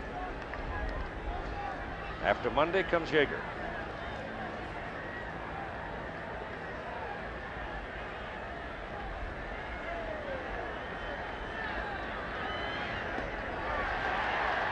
Good sharp breaking curveball snapping off inside. Monday strikes out. The inning is over, but it's a big one for Los Angeles. 4-1 Dodgers, middle of the 5th. All right, Bert Hooton now with a 3-run cushion as he pitches to New York in the bottom of the 5th inning, and he'll be pitching to the top of the order. Los Angeles has not won a world championship since 1965. Yankees turned them away twice since that time. This is the 11th time these two teams have met, New York having won 8 of the previous 10. Randolph had a home run in the 3rd for the first run of the ball game, so he's walked and homered and has yet in this series to swing at the first pitch. He's walked 8 times.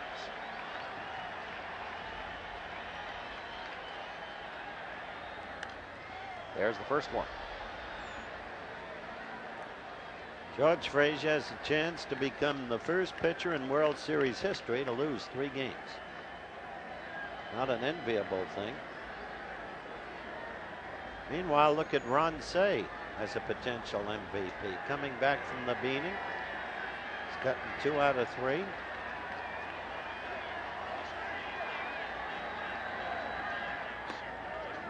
One and one. By the way, in 1919, when they played a 9-game series, Jim, a pitcher did lose 3. It's harder in a 7-game series, obviously. Fouled away by Randolph. Make it 1-2.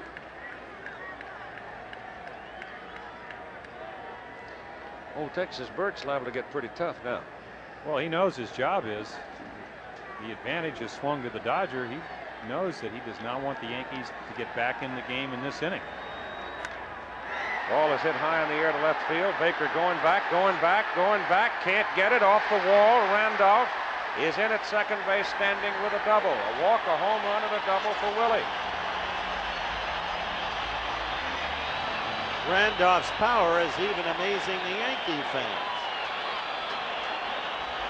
As I said, he goes 1 and 2. He's ahead in the count. And there you see a high knuckle curveball. Randolph crushes it to left center. Baker can't get to it. That's a home run at Dodger Stadium because that's out there about 395 on that fence. And very quickly, the Los Angeles bullpen is active. Jerry Mumphrey is at the plate. And again, as in the first inning, when Randolph walked and stole second, Mumphrey, even though they're behind by 3 runs, it's important he gets the runner over. Even 1 run puts him back in the game. Little check swing, line drive right to Ron Cey.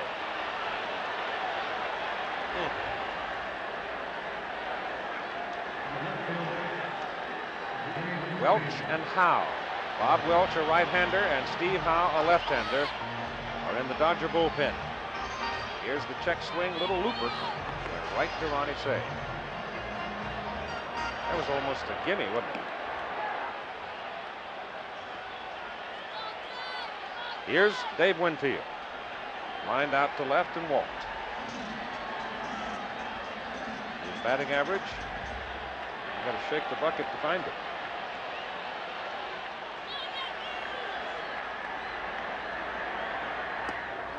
Low and away for ball one. Randolph double to lead the inning. Bob Lemon got a field snake bit. Subject to the second guess now. Removing John and second guess on using Frazier. Davis is continuing to throw in the New York pen. Well, that was his choice, Keith. Ron Davis. How could he risk Davis, who had had a very bad World Series? As we said earlier in the series, I think that's been the key. Davis's fault. Exactly. They used him twice, and he was ineffective both times. Failed twice to hold leads. And it changes your outlook on your bullpen. You can't go to him as early or in a crucial situation because you're not sure he can do the job. That's something they did not have to contend with during the regular season or in the mini playoffs or the regular playoffs. Now, Davis was outstanding.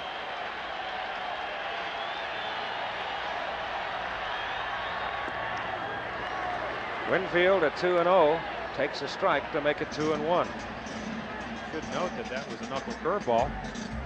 Who knows that he really has a difficult situation. He has Reggie Jackson on deck.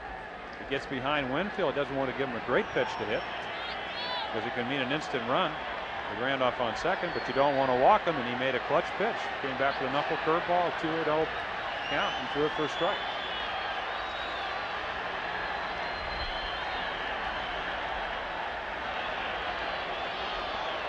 If Winfield should get aboard, of course, Jackson comes up. He comes up representing the tying run in a 4-1 ball game. There's the Dodger pen, the pitchers we named for you. The Powell, the left-hander, and Welch, the right-hander.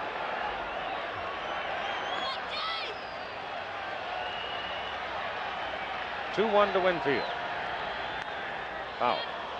2-2.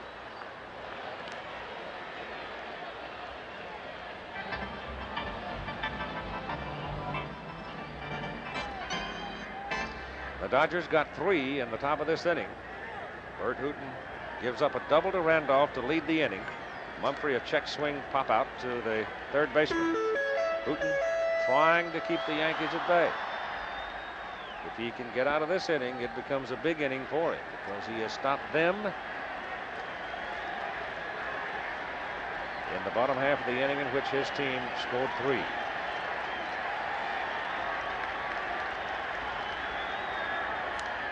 High pop-up.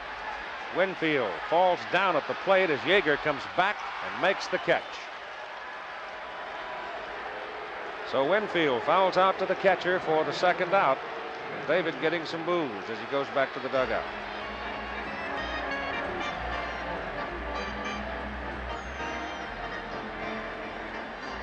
Now Reggie with 2 out.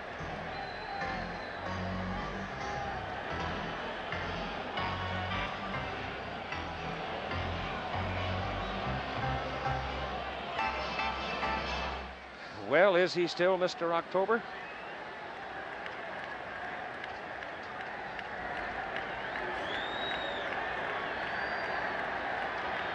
One thing you know, he is still dangerous.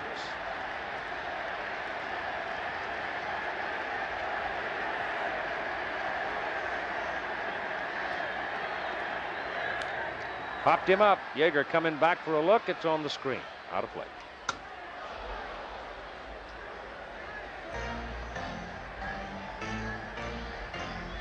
Up and into it. And who knows this is a big run because the Yankees get a run here. Every time you get a man on, the tying run comes to the plate. And it seems like when you're out on the mound pitching and you give up that extra run early in the ball game, even though you still have a 2-run lead, it comes back to haunt you at some point.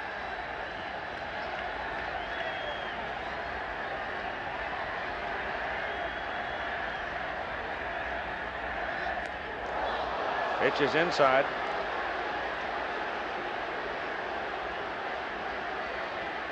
Second time that's happened to Reggie today.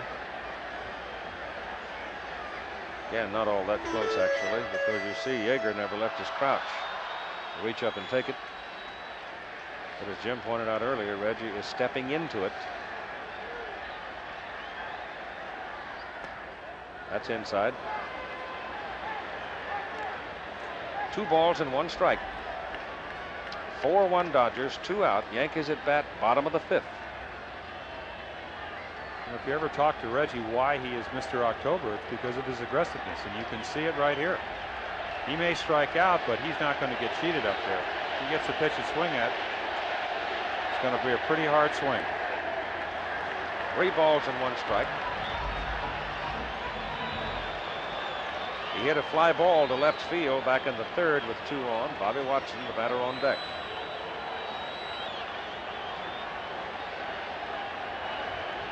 Three-1.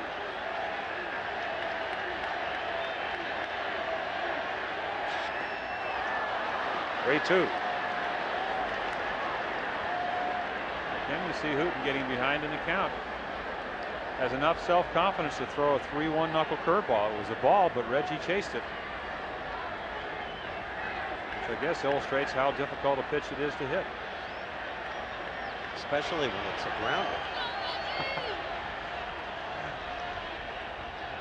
You make a good point there.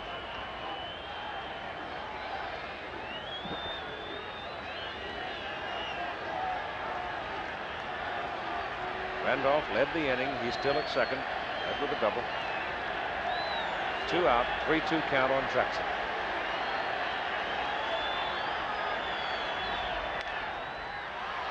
Lopes throws him out. The inning is over. The Yankees have now stranded 6.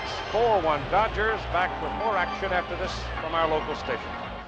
Ron Davis is the 3rd New York pitcher now, and here's what's happened to him in the World Series. In Game 1, he walked both of the batters he faced, went out in the 8th inning.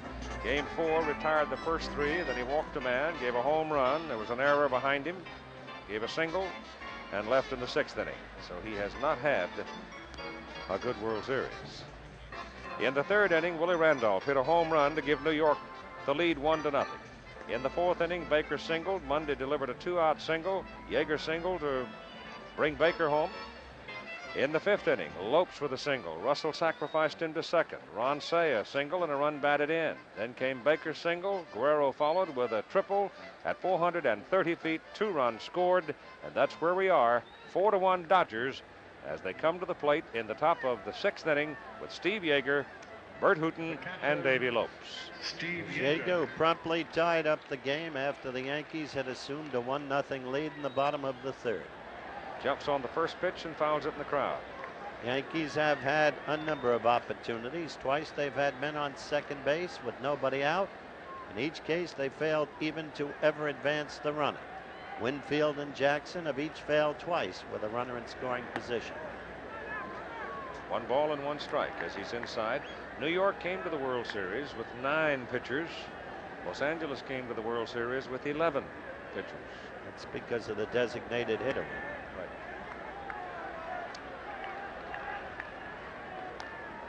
This game is of a pattern with the 3 prior Dodger victories. Once falling behind, they quickly recapture, go ahead, and their pitching is held up. Foul ball.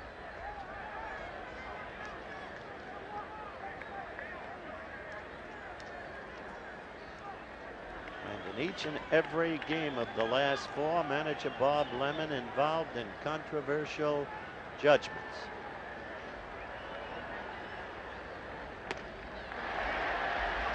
Davis gets Yeager of a 90-mile-an-hour fastball.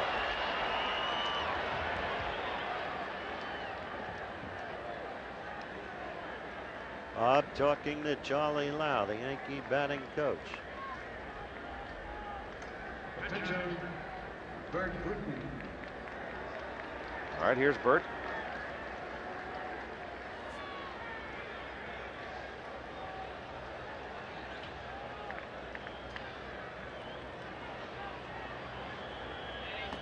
Inside, ball 1.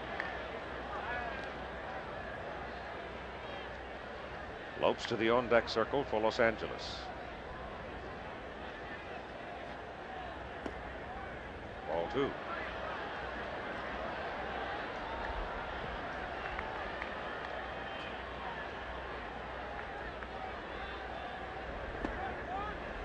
2-1.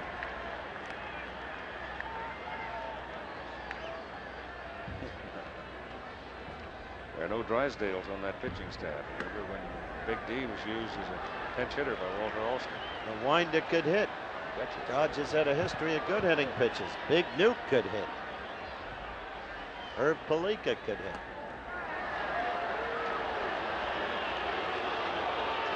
Jacket will come out for Bert Hooton as he goes to first base on the walk. This is exactly what it has exactly been Ron Davis's pattern. Struck out Yeager apparently with ease. Then walks the opposition pitcher.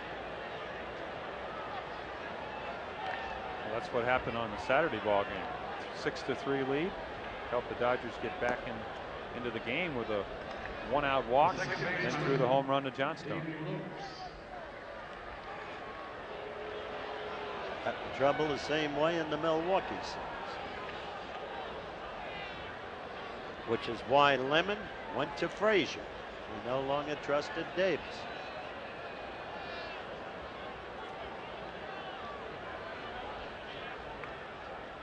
Top of the order for Lopes.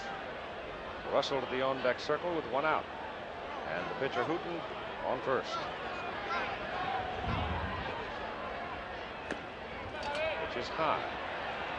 You really think about it, there's so many less situations in the American League because of the DH rule where you can get the second guess manager. In the American League, Murcer would have been batting in that position possibly, or a DH would have been. Tommy John would have been allowed to remain in the ball game, and you would have had a veteran pitcher and also had the chance of having a veteran hitter hit off Hooton. What you're saying, net is the designated hitter rule makes it a lot more interesting. Well, although there are those who say the opposite, talking about strategy. Well, I know Al Michaels is sitting out there in Menlo Park saying, see, there again. Yes, there again, strategy dictated that Lemon made a move, and as it turned out, it's been the wrong one. Foul ball down the left side, sharply struck. They're chuckling out that way because of the job Bill Walsh is doing with the 49ers.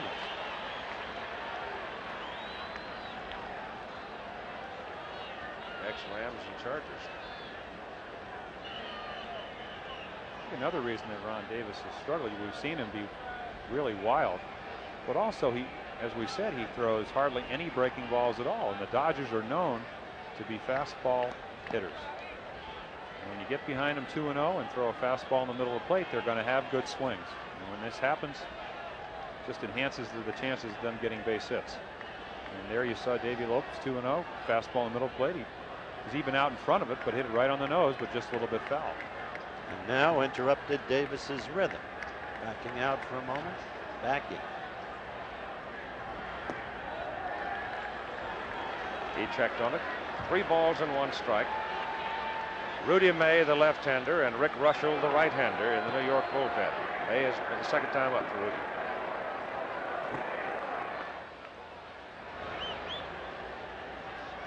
Lopes making Davis wait.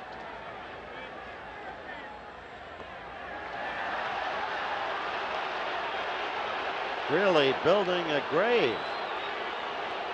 Digging a grave, I guess I should have said. Hooton to second, Lopes to first.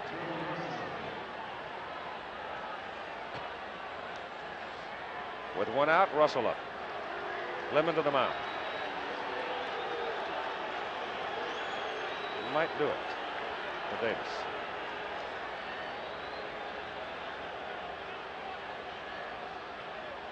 Well, he did have Rick Russell available for the entire ball game. It's been really, this would be his 4th day since he pitched on Saturday. And what did he pitch? Pardon me? What did he? How many innings did he pitch? Pitched 3, didn't he? Yes, I mean this would be a regular term on a four-day rotation. And again, he went with a rookie. Of course, he didn't pitch again in his 3rd consecutive game. Frazier didn't pitch as badly as the hits and runs indicated. All right, Davis stays. And the pitch to Russell is in there for a strike.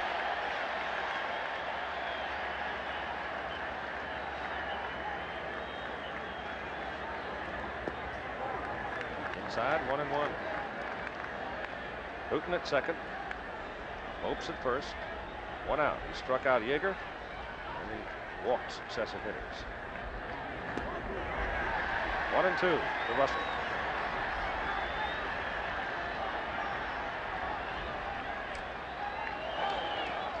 Really a contact hitter, trying to punch it to the right side. Didn't get it.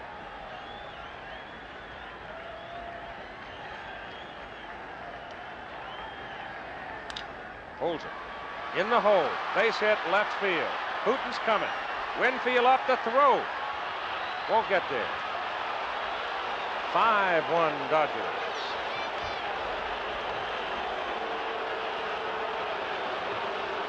Everything is coming apart. A very poor throw by Winfield. Ron Davis failing again. And an owner who is taking careful note. Notes for next year. Watch the throw, though. Now, he just must have bounced 6 times. Watch how low it is. See? It actually hit the dirt right about the inside of the shortstop position. Back to the mound goes Bob Lemon. That'll do it for Ron Davis. We've got a timeout. The Dodgers scoring another run, leading in the top of the 6th by a score of 5-1. '32-year-old Rick Russell, who came over to the Yankees, the trade from Chicago Cubs for Doug Bird, and Mike Griffin eventually went over to the Cubs. And he was traded to New York just on the eve of the strike. You saw his numbers a moment ago. He is the 4th New York pitcher. John started. When he was lifted, the score was 1-1. Frazier relieved. He gave up 3 runs. Davis now is charged with 1. And Davy Lopes out at second base. And Bill Russell at first base are also the property of Ron Davis. Thomas has now come out to the on-deck circle and apparently is going to hit for Ron Cey as Steve Garvey comes to the plate for the Dodgers. You have 1 out. Yeager struck out to lead the inning. Then Davis walked Hooten. He walked Lopes, and Russell singled. And there's Darrell Thomas, and it's a very wise move on Lasorda's part to take Ron out of the game. It was amazing that he started the game. That involved both courage and great physical resiliency, and Cey came through with a pair of hits. Pitch is low and away to Garvey for ball 1. Steve had a pair of singles in 2 at-bats against Russell. George is right. And that sign symbolizes exactly what the situation is in this stadium in the owner's box right now. Runners go. Pitch swung on. No throw. Double steal. Another double steal. This Yankee performance tonight has become an embarrassment to the owner, who wants everything for the fans of the Yankees. Well, you can't just deliver everything, and it may be that this World Series is proving just that. One has to feel sympathy for Bob Lemon, who's a beautiful man, who's weathered the vicissitudes of life and great personal tragedy very well. But Steinbrenner has to think about this whole team as the intentional walk is now effectuated. He told me Sunday on Sports Beat that win or lose the series, he would make changes. Now he may make sweeping changes. Look at that. Other than Goose Gossage, the relievers have failed totally. So the expected strength wasn't there. And there is age at first base with Watson. And the backup, again, as you look at Lynn, Al Revering is not your whirlwind ball player. Cerone, young, a solid catcher when healthy. Injuries happen him. Randolph, there's Lasorda, a solid player, and he's proved himself all over again in the World Series. Shortstop fine with Denton Milburn. Third, Nettles, getting older but still effective.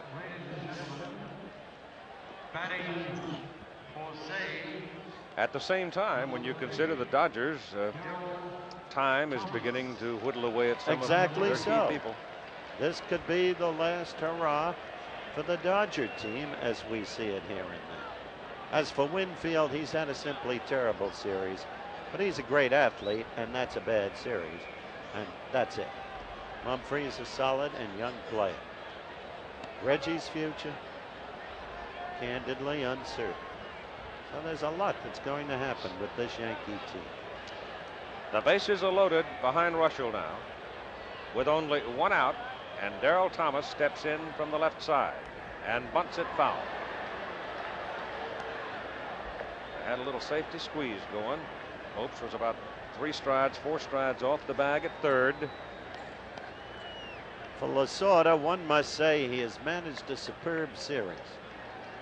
Always on top of things, always forcing things, as the most recent double steal evidence. Well, exactly, and the Dodgers have done that, but I think right now, if I'm managing, I bring in Rudy May mainly because can't afford to give up another run. Thomas is very difficult to double up from the left side. Yep. If he bats right-handed and Rudy makes a good pitch, you set up the double play. We saw that with Larry Milbourne. From the right side, he's a double play man. From the left side, he beats the double play by a step. But I think the prophetic thing that was said in the interview with Reggie Jackson today, when you get down 3-2 in a series, sometimes a bad hop can turn the game completely around, and we've seen that tonight. The ball that say hit up the middle. Yep. Hit the edge of the grass and right through two. And that makes a difference. Nettles spears it, steps on the bag, whirls and loops the throw across, safe at first base. Another run scores. 6-1 Dodgers. I'll tell you though, that's just what Jim Palmer was talking about. Get him batting from the right side. Yep. But that was truly a remarkable effort by Nettles. It really was. Look at it again, Jim. He made as good a play as you can make. He barely gets to it. There you can see him step on the base. But look at the throw. While we won't see it again, he couldn't get a lot on it, but he still got it there and barely failed to get so swift a runner as Thomas. Now it is Dusty Baker with Garvey up at second and Thomas on first. Russell being forced by Nettles at third. But I think another look at it, Jim. here you see GRAIG going to his right, makes a nice play. Really a desperation throw. He's known for having one of the most accurate arms, if not the most accurate arm in the American League, and the throw is right on the money, but Thomas beat the play. Baker to Nettles off his chest. No play, I don't think. Nope.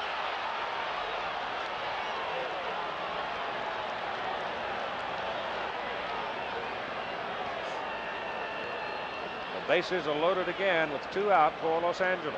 6-1 Dodgers lead. They scored 1 in the 4th, 3 in the 5th, 2 here in the 6th. Another look at it at third. The ball comes skittering up, hits him right in the chest. And it's an error on Nettles. In the last analysis too, Keith, analyzing it out, Dodger pitching has proved to be stronger than Yankee pitching. That's a foul ball. Wouldn't you agree? Yes, sir. I would indeed. Mr. Pitcher, wouldn't you? Most definitely. Saw Royce come along and struggle early. Pitched a masterful game. As Garvey at third. Thomas at second. Baker at first. 2 runs are in. 2 out. Guerrero, who had a 2-run triple in the 5th inning, is at the plate.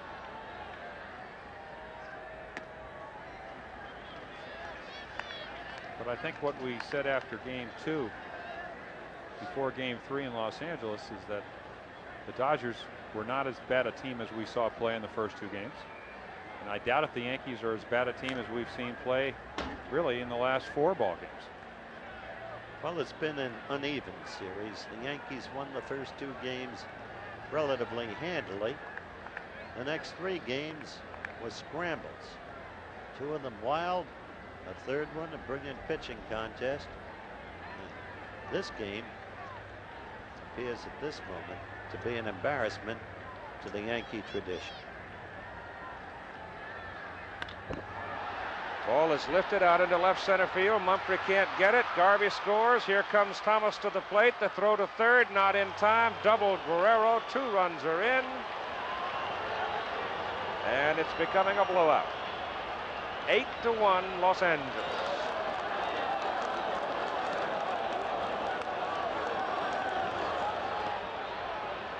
And here you see the pitch up in the strike zone. Guerrero doesn't hit it that well. Mumphrey a little bit hesitant. Plays it on 1 hop.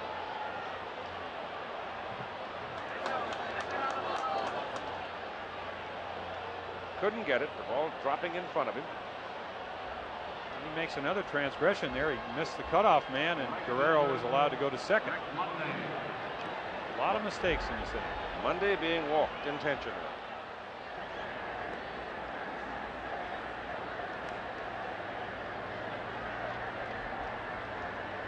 Baker at third, Guerrero at second. 2 down, and 4 runs in for the Dodgers. 4.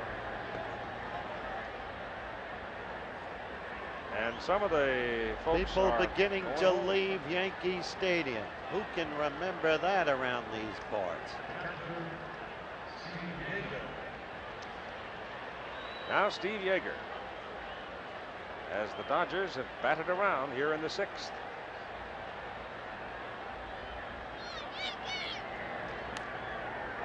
Steve fouls it away. He struck out against Davis to lead this inning.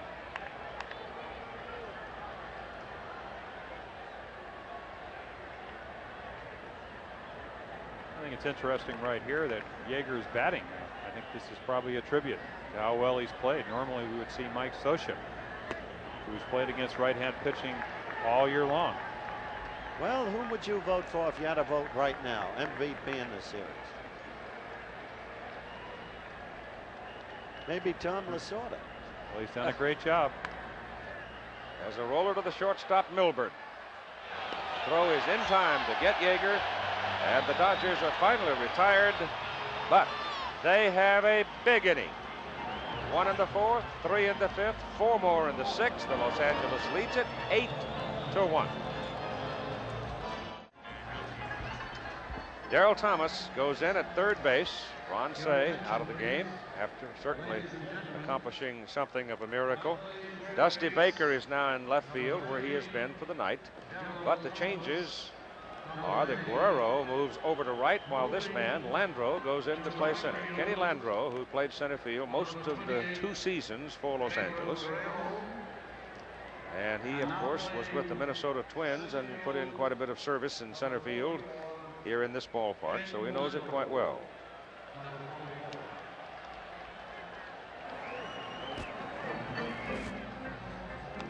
Well,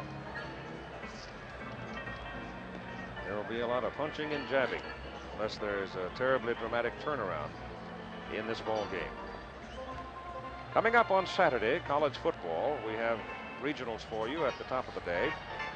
Starting at 12 Eastern time, Ohio State, Purdue, big win in the Big Ten. North Carolina State, South Carolina, Gamecocks resurgent.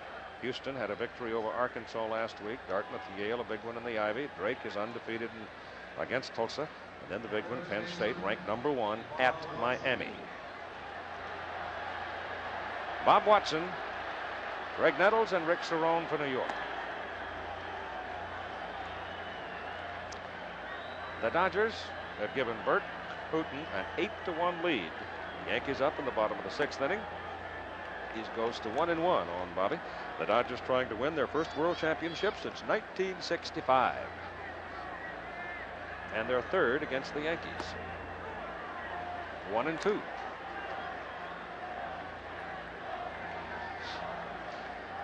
From here on to the finish of this ball game, if Hooton gets in trouble, it will be Staff warming up. The only man that might not be told to crank up would be Fernando.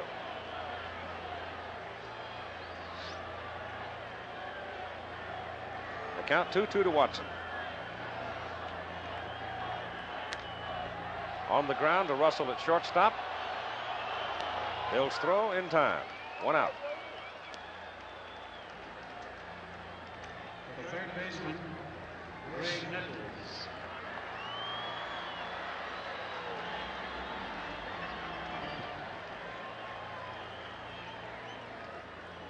Nettles pulled his double into the right field corner.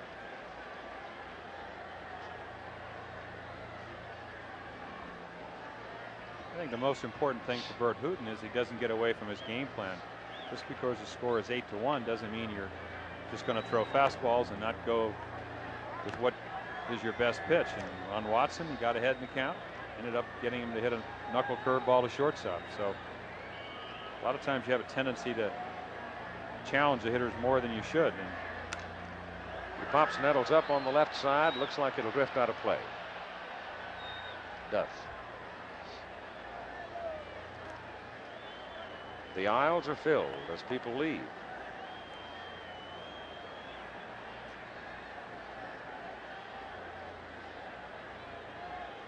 At least the one on the right side.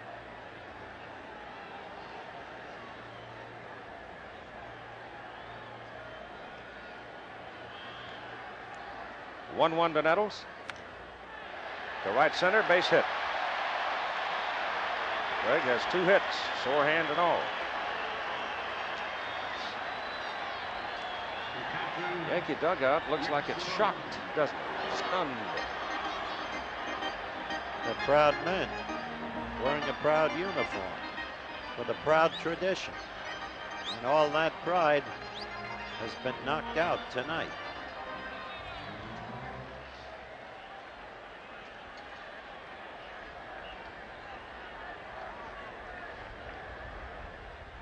Looks like it may be it for Greg, because the hand is obviously bothering him.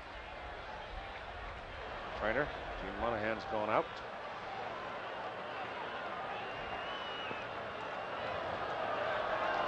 He'll leave the game. Well, if indeed he has a hairline fracture, Jim, it was remarkable that he got the 2 hits he did. well, you're not as great a player as Greg Nettles is without having a lot of guts, and he certainly showed it tonight. And you could see him in batting practice before the game, as you said. Had tremendous trouble hitting any ball on the inside part of the plate. But he knew that the Yankees had to win tonight, and certainly did his best. It's defined as a small, incomplete fracture of the right thumb. Rodriguez goes in to run for him and will play third base.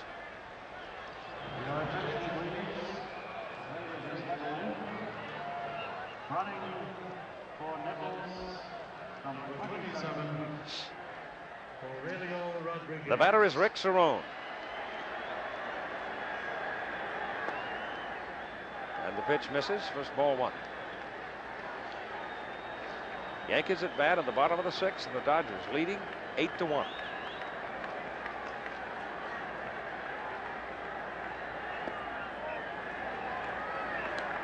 Bert has a long look at Dick Stello on that call, but it's ball 2.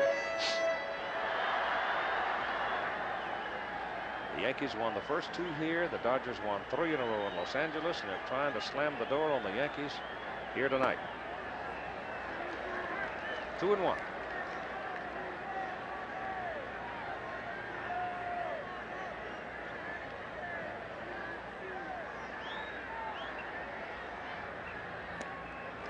Two and 2.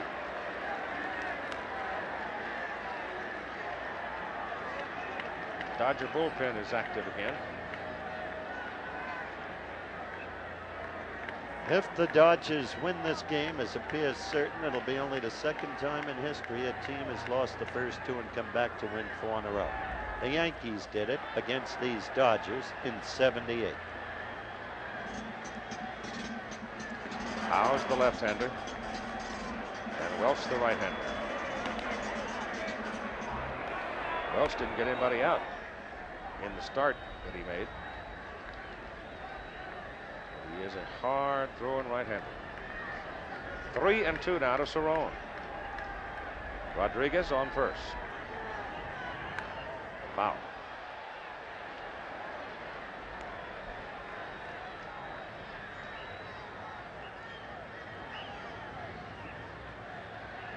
Something is going to happen, have to happen very big, and I mean big to wake up the Yankees, shocked by the Dodger outburst at the top of the inning.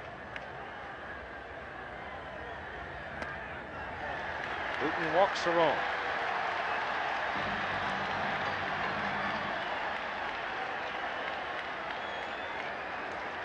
The shortstop, Bert Hooten has now thrown 100 pitches.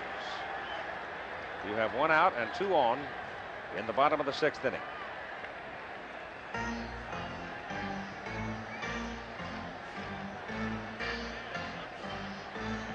Well, there you see Rick Cerone. He's yelling at Bert Hooten because he threw so many breaking balls. I guess he feels that Bert should be throwing him fastballs. Bert learned his lesson. He threw fastballs to Greg Nettles and he singled into center field. Of course, the last thing I think Hooten wanted to do was walk Cerone. Of course, doing the Oakland playoff series, the first game that Mike Norris pitched for Oakland against Kansas City, he shut them out. I guess he threw a lot of screwballs. They felt he should all throw high fastballs so they could win. But Bert is doing what he thinks is best, which is to mix up his pitches. And apparently Cerone thought he should challenge him with fastballs. Milbourne looks at low for a ball. Rick Russell is in the on-deck circle, but with only 1 out, and Hooten struggling right now with his control.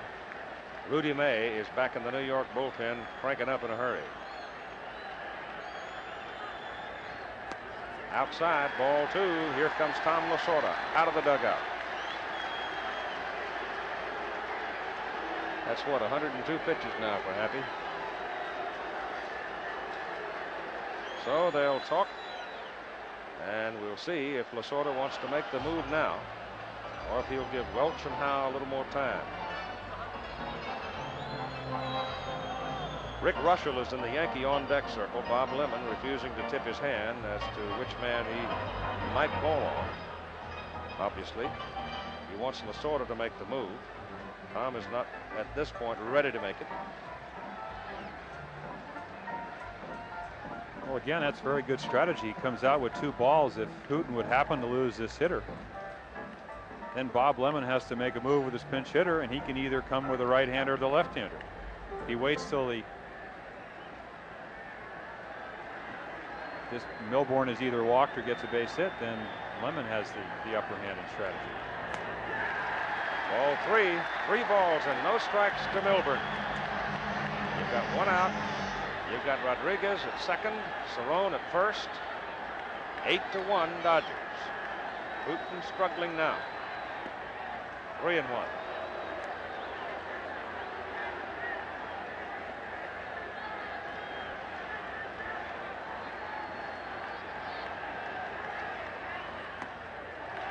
Walked him. The bases are loaded.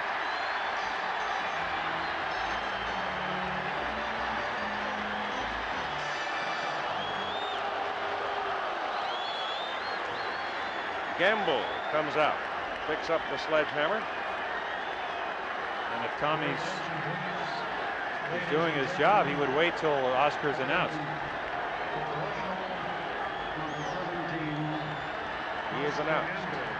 So Gamble is official, and Tom Lasorda will make a pitching change. 8-1, timeout on the field. Young Steve Howe has come on in relief of Bert Hooten. And a note on Howe. He has faced 15 batters in the series. Only twice has he had to throw more than 4 pitches to a batter. Oscar Gamble was announced as the Yankee hitter. Now it is Lou Piniella who will come out hitting right-handed, who has had a remarkable series as a hitter. What's really come into focus in the perspective of this series has been the failure of the Yankee long relievers. And this final game is again the best evidence. Looking at the base runners, and they are Rodriguez, Cerone, and Milbourne. You have 1 out, and Piniella in. And whom do you want to lose with? Rick Russell? George Frazier? Or Tommy John, Jim? Well, if I'm going to lose a ball game, I have to go with Tommy John, and I think most managers would have done that. As we said earlier, Bob Lemon gamble, and it hasn't paid off. As most of the moves he's made, he's just had a tough series in that respect. How to Piniella. Fouled off, strike one. 8-1 Dodgers. An awfully big mountain for the Yankees.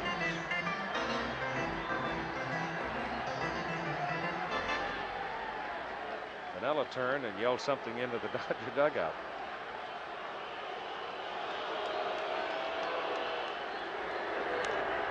High fly ball, lifted, foul, out of play to the right.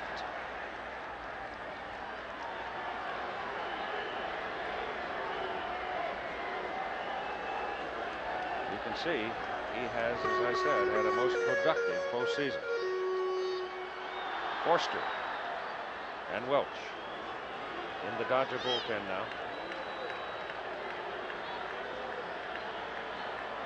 2 strikes on Lou Piniella.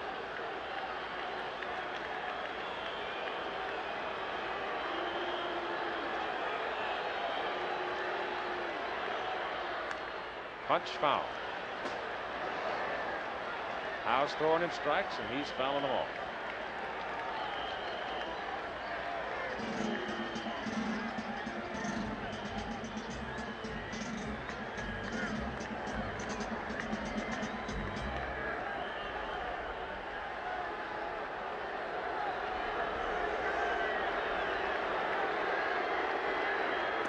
Inside.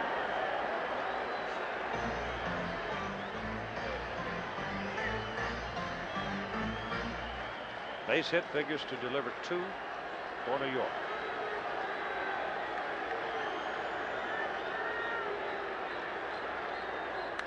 Up the middle, base hit. Rodriguez scores. Cerone will come. No, he does not come. Took the big turn, and Joe Altobelli, the third base coach, flagged him down. Bases are still loaded. Here you see a fastball in the middle of the plate. Piniella, as he's done all series, goes with the pitch and just wraps it up the middle. Completely professional batsman. Not too good a base running, Howard. There is no way that Kenny Landreau is coming up and throwing that ball to home plate, because if you do that and you make a bad throw, you allow 2 other runners to get into scoring position. Don't understand stopping the man at third. Nope. And I can understand some sense of, I guess, restraint, but That's what happens when you're really down. You begin to play tentatively, afraid to make one single mistake in any direction. Willie Randolph, big night for Willie, a double and a home run and a walk. 2 balls and no strikes for Randolph. Now the Yankee home folks take a little heart. Bases are loaded, and Ron Peronoski, the Dodger pitching coach, on the way to the mound to talk to young Steve Howe. the one, I think, important thing that Tommy Lasorda has done, and there you see Terry Forrester, the left-hander, and Bob Welch, the right-hander, is gotten Oscar Gamble out of the game. And they've also used Bobby Murcer. They don't have the left-handed power that they would normally have on their bench.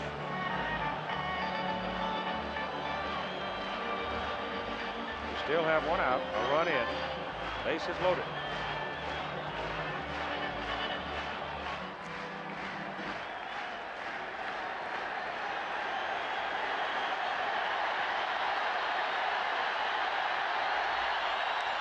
Ball is hit to the right.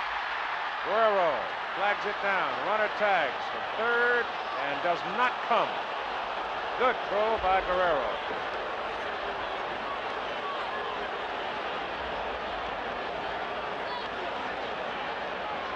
That's 2 out. I think Lou is a little upset because the man didn't come from third.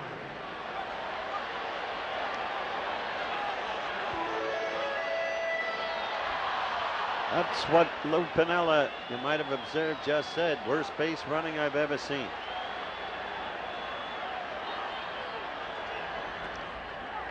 Mumphrey hitting from the right side takes ball 1. Well, if there ever was a statistic kept for the worst base running in 4 consecutive games, I think the Yankees would qualify. They just have not played the way they play most of the season. I know playing against them, they wouldn't have finished first the first half if they played like this. Inside corner for a strike.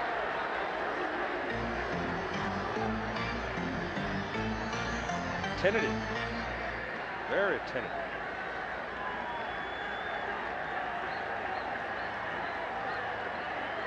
When you're being blown out, you've got to be aggressive. Fouled away.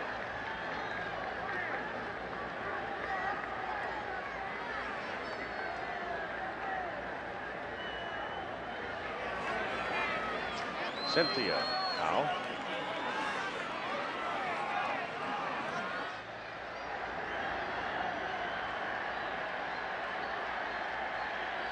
A 1-2 pitch to Mumphrey. Loop to right. Guerrero makes the catch. The Yankees leave the bases full. And so after 6 innings, in game number 6, 8-2 Dodgers. Back with more after this from our local stations. Lou Piniella having delivered the pinch hit single. The ball is lined to right by Willie Randolph. Piniella turns and sees the base runner at third, has not made the move to home plate, and reflects total exasperation.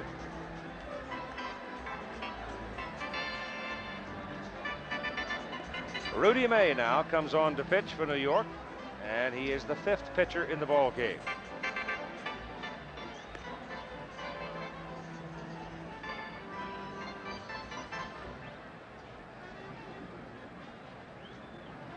Well, the purists of baseball going to be hard put to find art in this. Steve Howell. If you want the truth. Steve Howell bat. Having come in from the bullpen and did his job. Dodgers lead it 8-2 and bat here in the top of the 7th inning. Rudy May, strike on the corner.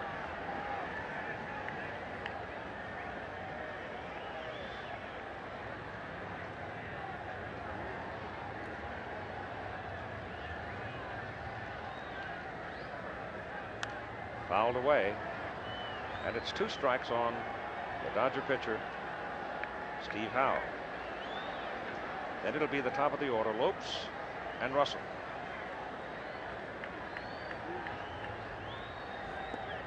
Lope, 1 and 2.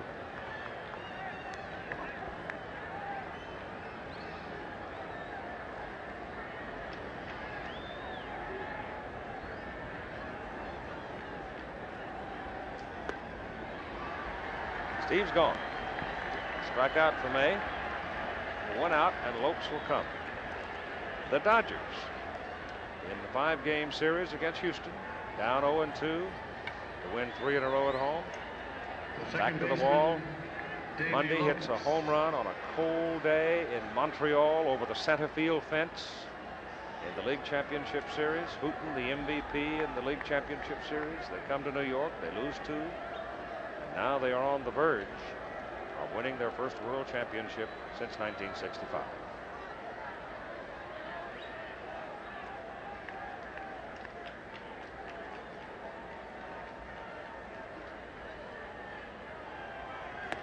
Lopes takes it high.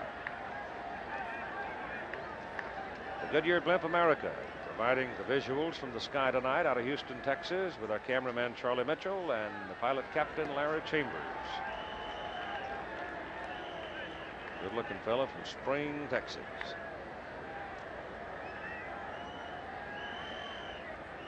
May at 2-0 to Lopes, comes inside to make it 3 balls and no strikes.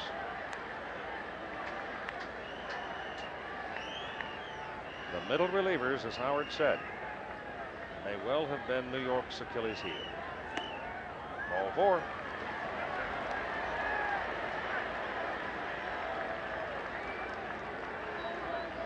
Certainly a soft underbelly. The shortstop, Going to be very hard to pick the MVP in this series. Always presuming the Dodgers win it, which seems so apparent now, especially after the Yankee debacle in the last game. That base running. Guerrero's got to be considered with 7 RBIs. Say's got to be considered. Got 6 RBIs. Came back from a beating. Yeager's got to be considered. And on the basis of overall consistency, Garvey's got to be considered.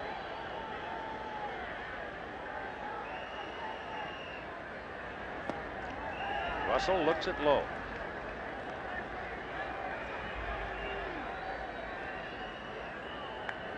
I'll tell you one thing, there will be some dancing in Los Angeles. The Dodgers doing this. They are certainly sitting on a... They've got their foot in the door.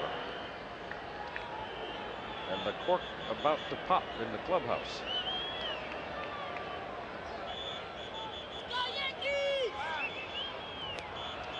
May playing catch with Watson with Lopes on first base. 1 out. Garvey on deck. And a 1-ball count on Bill Russell. 2 balls.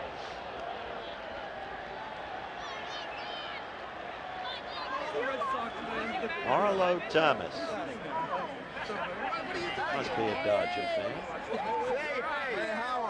You can be sure of that.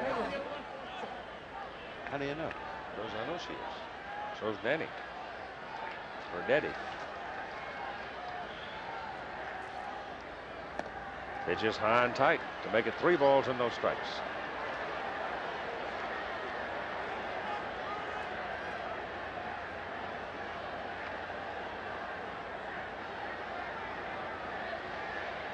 It has become a laborious evening for the Yankees.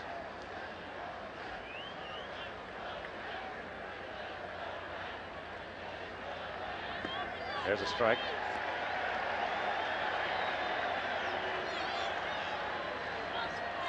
More activity in the New York bullpen.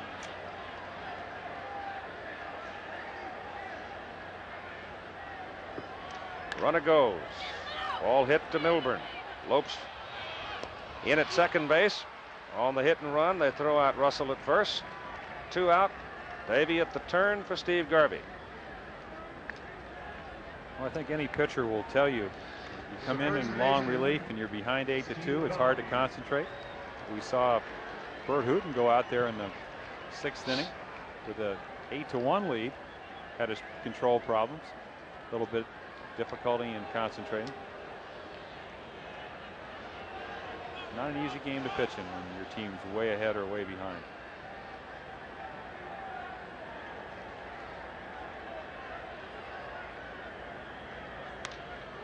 High in the air to center. Mumphrey. Inning is over. In the middle of the 7th, Los Angeles 8, New York 2. Now it'll be Dave Winfield, Reggie Jackson, and Bob Watson for New York, trailing by 6 and hitting in the bottom of the 7th against Steve Howe.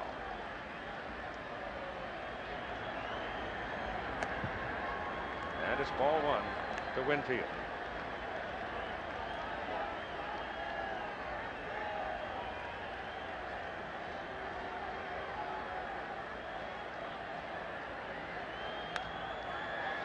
Out of play.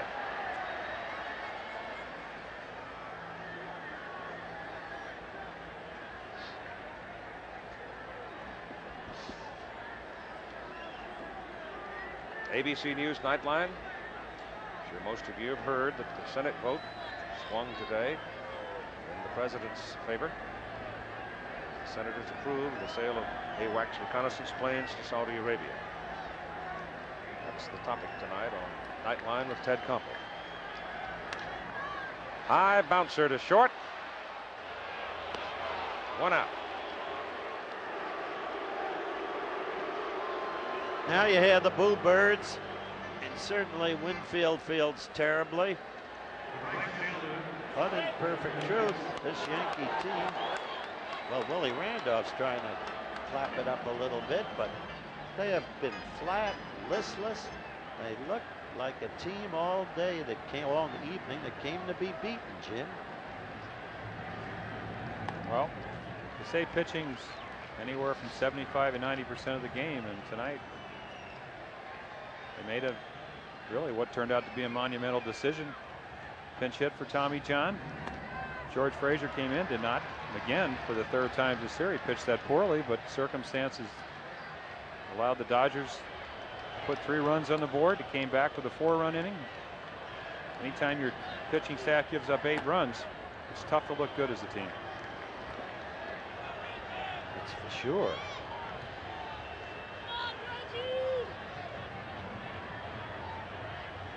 Howe has Jackson at 1 and 2.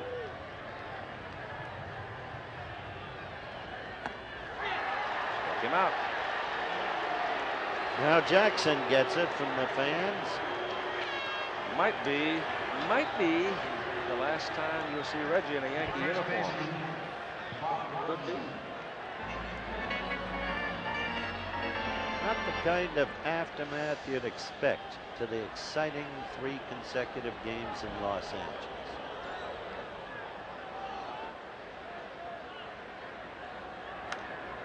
Bob Watson fouls it away. Well, I'll tell you, you get into a street fight with these Dodgers with the speed they have and the power they have. And if you don't have good pitching, and Houston has good pitching, and Houston couldn't beat them. They couldn't put them down. Interesting you mentioned Houston. Before the game, let's watch this. To Russell at shortstop. Handles it well. And throws out Watson. So Steve Howe gets New York in order in the bottom of the 7th, and after 7, 8-2 Dodgers. To the top of the 8th inning we go, in a ball game that is now long, all things considered. But then when you've scored 10 runs, it takes a while. Darryl Thomas, Dusty Baker, and Pedro Guerrero.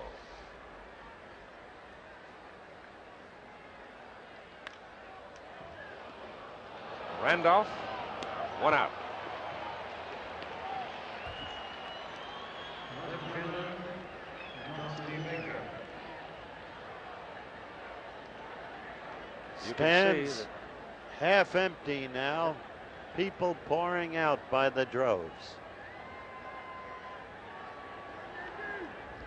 Dusty Baker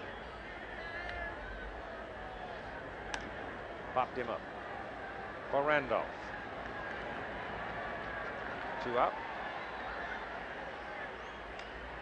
The right fielder, Pedro Guerrero. So Rudy May summoned out of the pen as the 5th New York pitcher. Done a job. Here's one of the fellows, very much a prime candidate for the MVP award.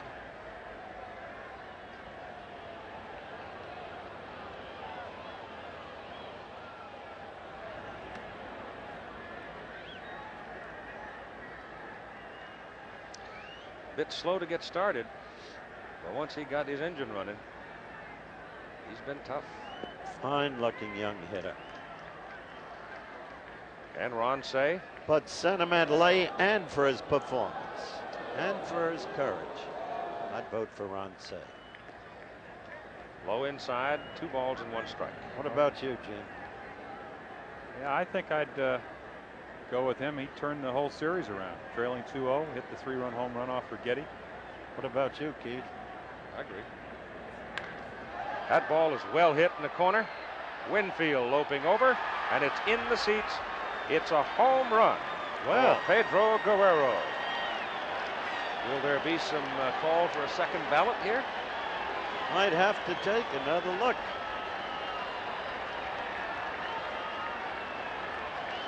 Clutch home run to tie the game Sunday. Tremendous day today. 5 runs batted in. You see him hit a curveball. And it was well hit. So the Dodger right-handed power did find the seats in Yankee Stadium tonight, didn't it? Also, Guerrero's triple found the wall at 4:30. Pitch to Landreau. I didn't see Dave back at the fence leaping for that one, which is not meant by way of criticism. Maybe he just couldn't have gotten there. The ball got there so fast. Well, he hit that ball with a lot of topspin, and it looked like he really misjudged it because he went to the line and the ball actually went out a little bit to right center. That could have something to do with the wind. Just barely got in there. Normally, as you said, you see him trying to make an effort to catch that ball. Landreau is called out looking, but the Dodgers add another run. And the lead is big for Los Angeles. Back after this word from our local stations.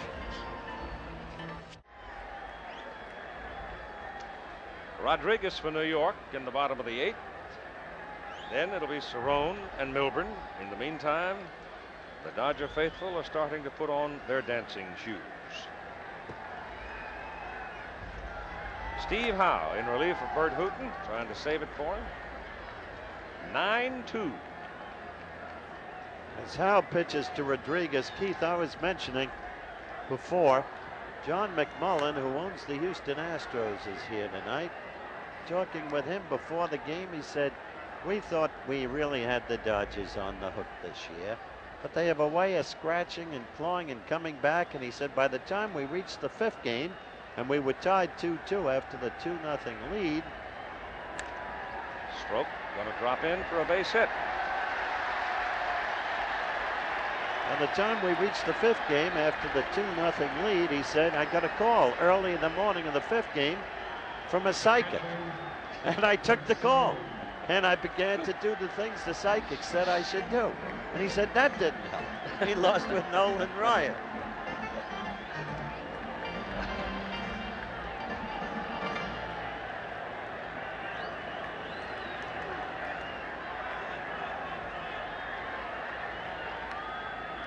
That's foul back by Cerone.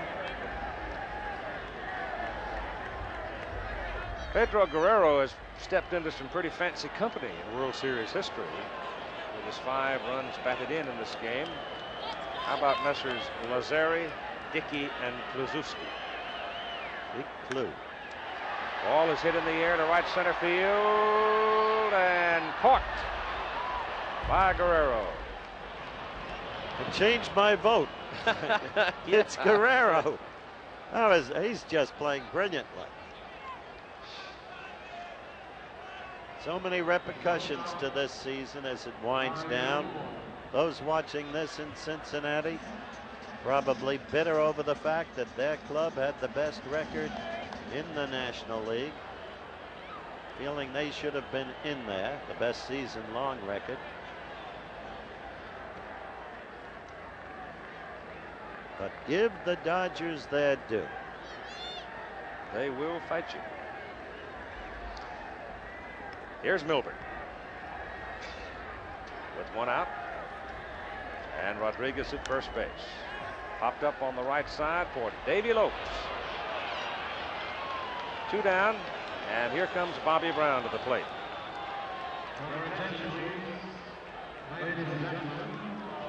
That young man won't have a happy memory of this series. He is young. He is a great athlete, and other great ones have gone through this kind of thing.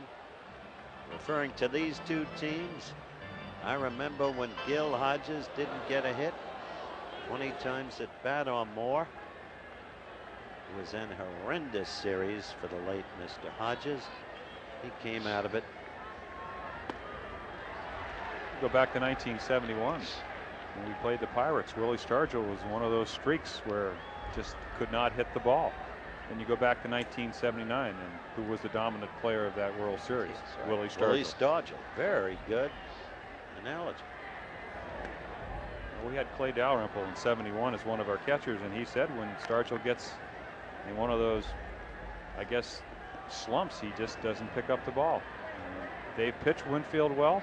He's helped him out by being very impatient, but I'm sure he'll have another chance sometime. Brown swinging a miss for 1-2 count. 2 out, and Rodriguez on first. Steve Howe pitching for Los Angeles in relief of Bert Hooton. Bert went 5 1/3.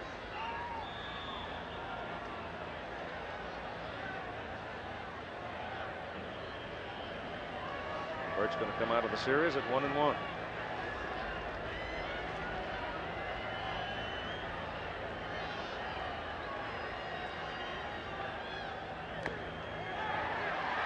Foul tip held by Yeager. Brown is gone. Yankees are out at the end of 8 innings of play. The score is the Los Angeles Dodgers 9, the New York Yankees 2. Dave LaRoche in warming up for New York. Scoring summary goes this way. Back to the third. Randolph a home run. 1-0 New York. Fourth inning. Baker single. Monday 2-out single. Yeager an RBI single. Tied it at 1. Then into the fifth inning. The rundown on it there is New York made it a 4-1 ball game. And Guerrero's 2-run triple, the big blow. In the sixth inning, the Dodgers pretty much put it away, running it out to 8-1. And then Guerrero's home run makes it 9-2 as the Yankees got their second run in the sixth inning. And then some very tentative base running denied them an obvious opportunity to at least have 3 runs on the board. But we are at 9-2, and here we go in the top of the ninth. Dave LaRoche, one of 2 New York players not used prior to tonight in the World Series, the other being Dave Reverie. Let's go, Yankees!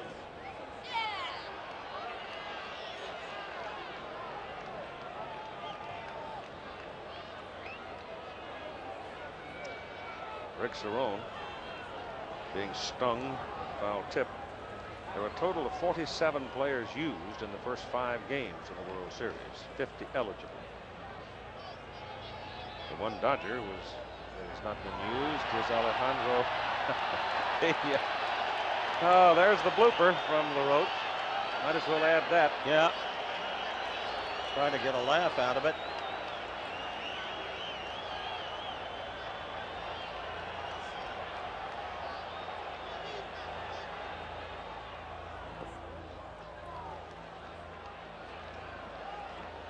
Who threw that blooper pitch in the old days? Rip Sewell or? Yep, threw it, Rip Sewell. Yep. Did Williams hit the home run in the All-Star game off it, or you recall that? Yeah. Yeager fouls it away. Ted belted it. I think it was in Tiger Stadium in 41, I believe. He had a tremendous All-Star.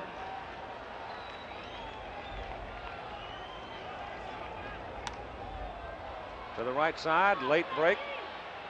But the catch is made by Reggie. Well, for Righetti, there'll be many more seasons. No question about him.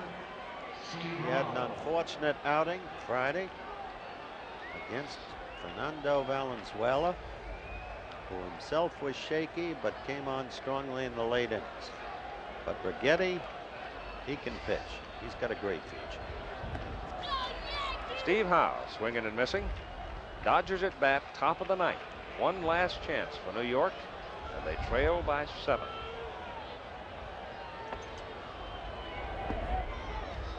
Two strikes.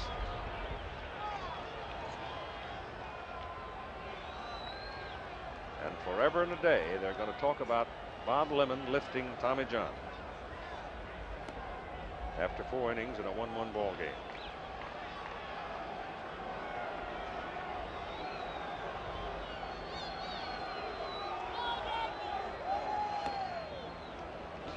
Two balls and 2 strikes to Steve now.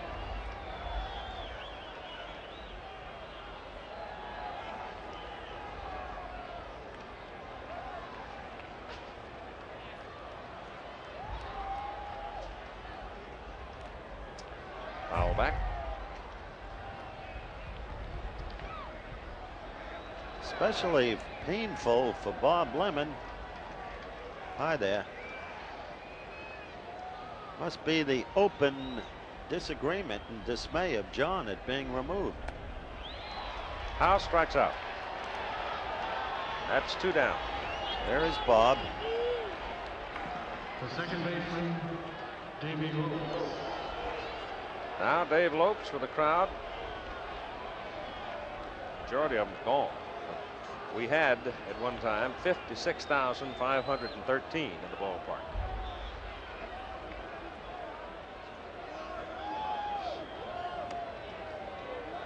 With 2 away, Davey takes Hine away for ball 1. I doubt there are 20,000 here now. I think so either. The Yankees will have Randolph, Mumphrey, Winfield. The 4th man would be Jackson in the bottom of the 9th inning. 1-1 to Davey.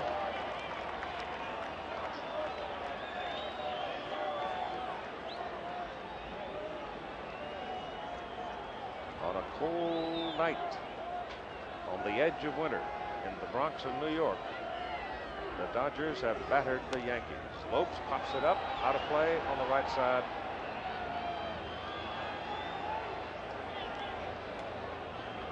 And the count is 1-2 now on Davey.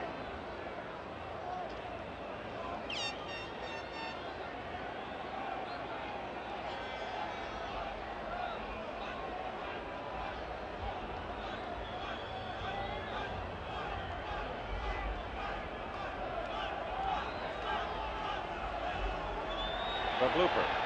Lopes swings and misses. Cerone dropped it and throws it up. Well, He couldn't resist it, could he? yeah. At the very end, LaRoche put his act together, and he's taken it on the road.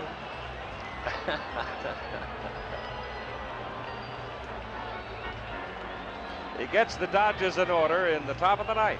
One last gasp remaining for the Yankees. America sailing overhead. Barry Chambers flying her. Charlie Mitchell giving you the picture. And here we'll go as young Steve Howe is going to try to set the Yankees down, and then the Dodgers are going to have, how shall I say this, a heck of a party. Well, I don't think Tommy, excuse me, Lasorda can eat too much. I had lunch with him today, and he had a Frankfurter omelet. And I don't think it's set. Yeah, I never heard of it before. Just chewed it up, and I don't think it's set too well. Undoubtedly a Dodger dog. Digestive system. Willie Randolph was a home run and a double tonight. Well, there's an old baseball phrase you're kind of reserved for games like this, 9 in the 9th, and that's about what it's going to take to win. Kind of always jokingly say that on the bench, but it's happened before. Well, it's a left-hander and a right-hander in the Los Angeles bullpen. I would imagine that's Messrs. Forster and Welch.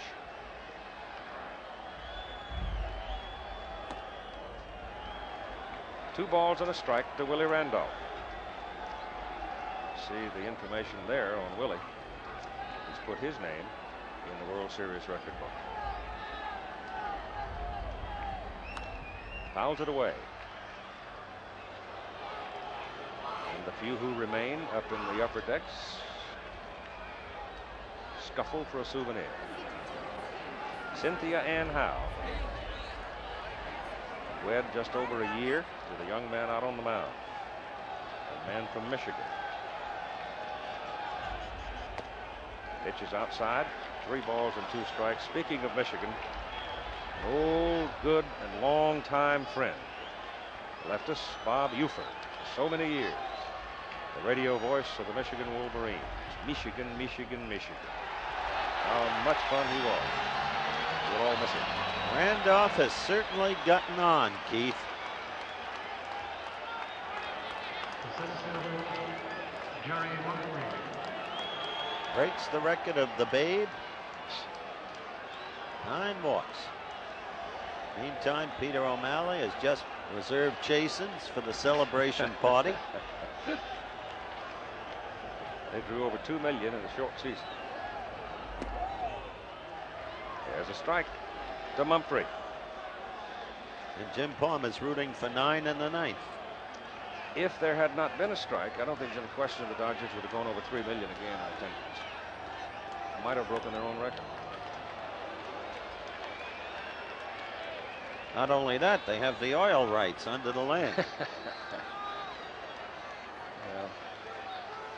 I know you New Yorkers still chafe some at Walter's decision. However, those of us in the West have enjoyed them, and he did make a heck of a deal.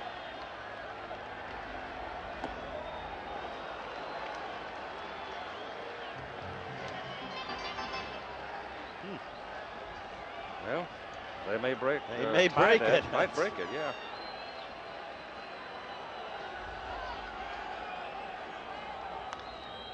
Fouled out of play.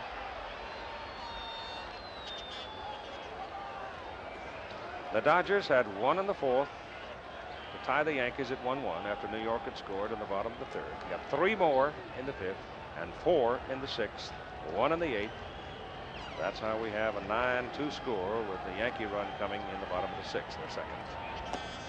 Mumphrey swings and strikes out.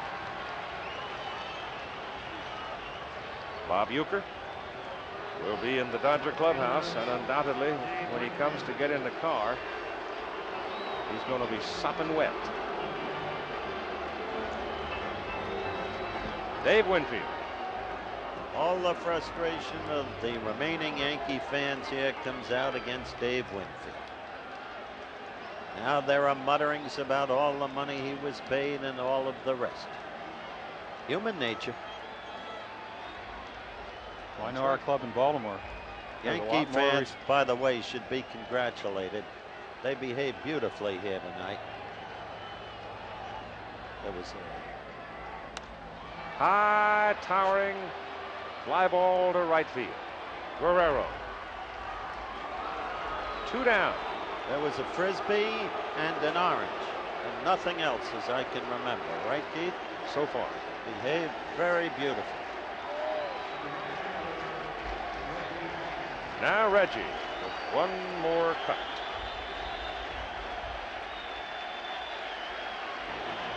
Fans are chanting Reggie. Those relative few who are still here, perhaps remembering all the heroics and sensing that, look at them, that this is the last time, or could be.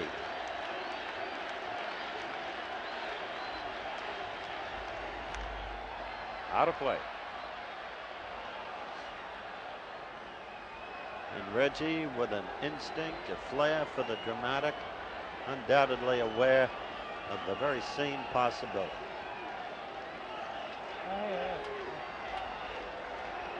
Still no word on the MVP. We'll probably get it. In fact, we will get it in the clubhouse. Well, Steve Howe has the edge. 2 strikes, and Cynthia is about to fly out of here.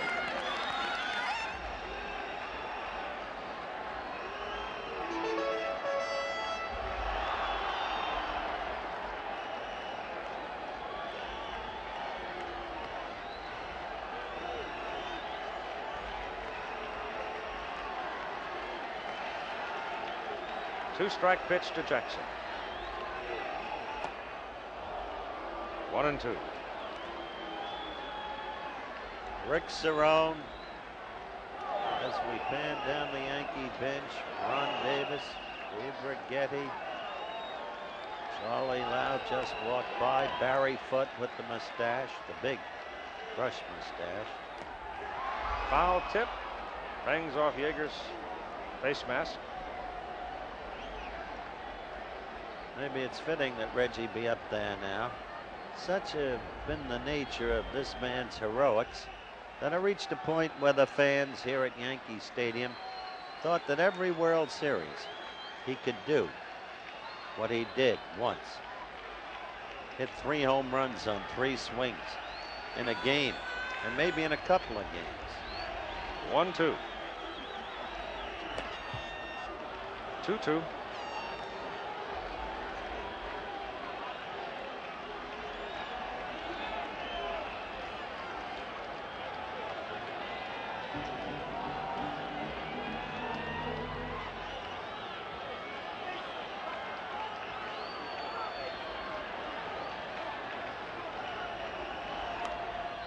Fouled away. It's a 9-2 ball game. Steve Howe in his early 20s. Reggie Jackson in his middle 30s. Will not yield.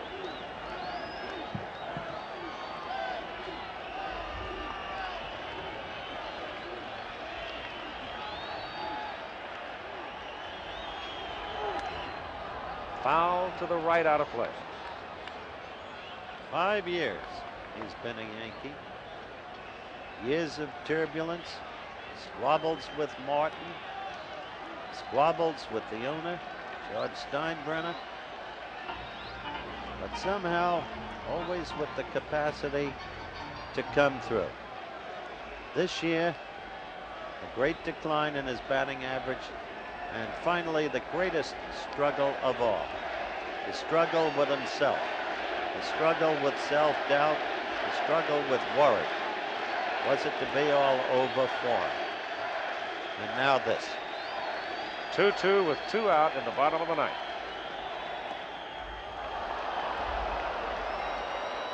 Well, they're stretching the string as tight as they can in the final moment. 3-2.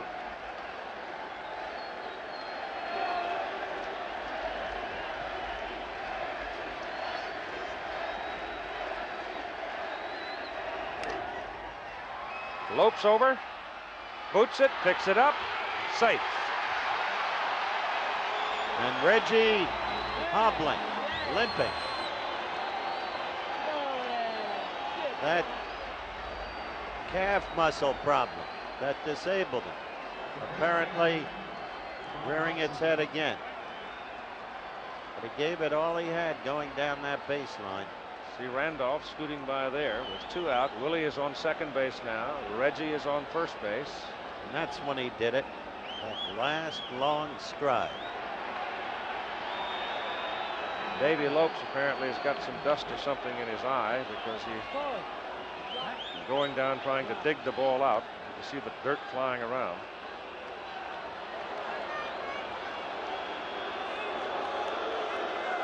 Davy is coming to the dugout. They're going to give him an error on the play. Did he hurt himself?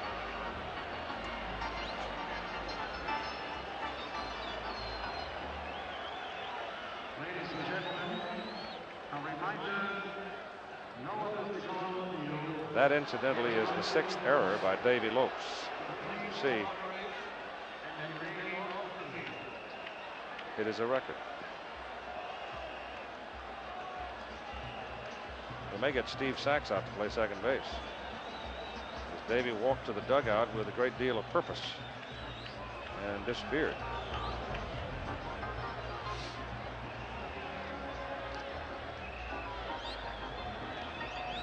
However, he will be part of a championship team, and whatever manner of record you might consider errors in a series and in a game, his pain will be alleviated considerably by the ring he'll wear on his hand. You wonder at that moment what Steve Garvey and Reggie Jackson might be talking about, Jim. Looked like they were talking about the ground ball that Lopes missed, that it stayed down, but no, yeah, knowing Reggie could be anything. Comes back now. Lopes is back out of the dugout. I think he had a face full of dirt. Garvey might have asked him what size uniform he wears.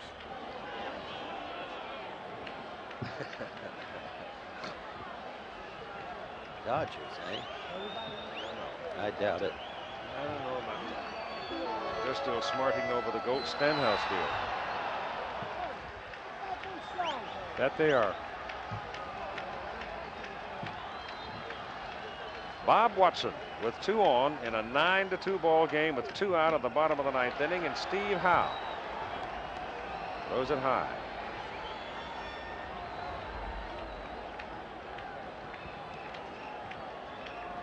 The ending is typical of the whole game. Sloppy. From the Yankee point of view. Welch continues to throw in the Los Angeles bullpen. Watson hits it high in the air. For the center fielder, Ken Landreau, this should do it. The Dodgers are the 1981 champions of baseball. And so there is not the usual noise making. It became apparent midway in the game, almost with the departure of Tommy John, that the Dodgers would take command. Now the Dodgers leave the field. Keith, I think it's time for Jim, you and me, jointly to congratulate them on their acquisition of the World Series championship. Lasorda kissing Peter O'Malley too, for that matter, but Mrs. O'Malley and everybody else. For the first time in history, we have a three-way tie for the MVP. Guerrero, Say, and Steve Yeager. And under any circumstances, all three were worthy contenders. Each contributed in his own way. Sentimentally, maybe Ron Say the most. But anyway, Keith, there it is. Let's join Bob Uecker now in the Dodger clubhouse as the Dodgers win it 9-2, 4 games to 2. Thank you very much, guys, upstairs, and we're standing here in a very, very happy Dodger clubhouse, and we are awaiting the arrival of Mr. Peter O'Malley, Al Campanis, and Dodger manager Tommy Lasorda. And standing alongside me, the Commissioner of Baseball, Mr. Bowie Kuhn, who will make this presentation very, very shortly here in a very, very happy Dodger clubhouse. Bowie? No question about it. It's an exultant Dodger clubhouse, an outstanding comeback win for the Dodgers, who came back from everything this year. You know, it seemed the last three series, the Houston, Montreal series, and then falling behind the Yankees 2-0, it seems that's what it took for this Dodger ball club to come back. I think that's right. They seem to face the challenge. They're veteran ball players. They're not put down by being behind. They face the challenge. They came back. Well, we're waiting for Tommy Lasorda here. Tommy, I'm going to grab Tom Lasorda over here. Tommy Lasorda. Congratulations, Skipper. Nice going, kid. Tommy Lasorda. We're waiting for Peter O'Malley, the president of the Los Angeles Dodgers, along with Al Campanis, the vice president of player personnel, making their way into the Dodger clubhouse here. A very, very happy Dodger clubhouse, as you can well imagine. And Tommy, we talked just a moment ago about the fact that it seemed that the Dodgers had to be 2 down before they could come back and regroup. It's a great victory. This is something that has escaped us for a long time, and we wanted that championship so bad. We wanted to bring it back for Peter and his sister Terry. Those are the people that have been great to us. Al Campanis. I want to thank all the Dodgers, all the Dodger organization, everyone who played such a vital role in this victory. What a tremendous win. Hang on just a second here, Tommy. We have Mr. Peter O'Malley coming up here, the president of the Los Angeles Dodgers Baseball Club. Peter, come on up here. You got to come up here. You might as well jump in here right away. And where's Al Campanis? You got to get up here. You might as well jump in here. And we got to make the presentation here, Mr. Commissioner. Here's Al Campanis. How you doing? Come on up here. And the Commissioner of Baseball, now with the presentation of the World Championship Trophy.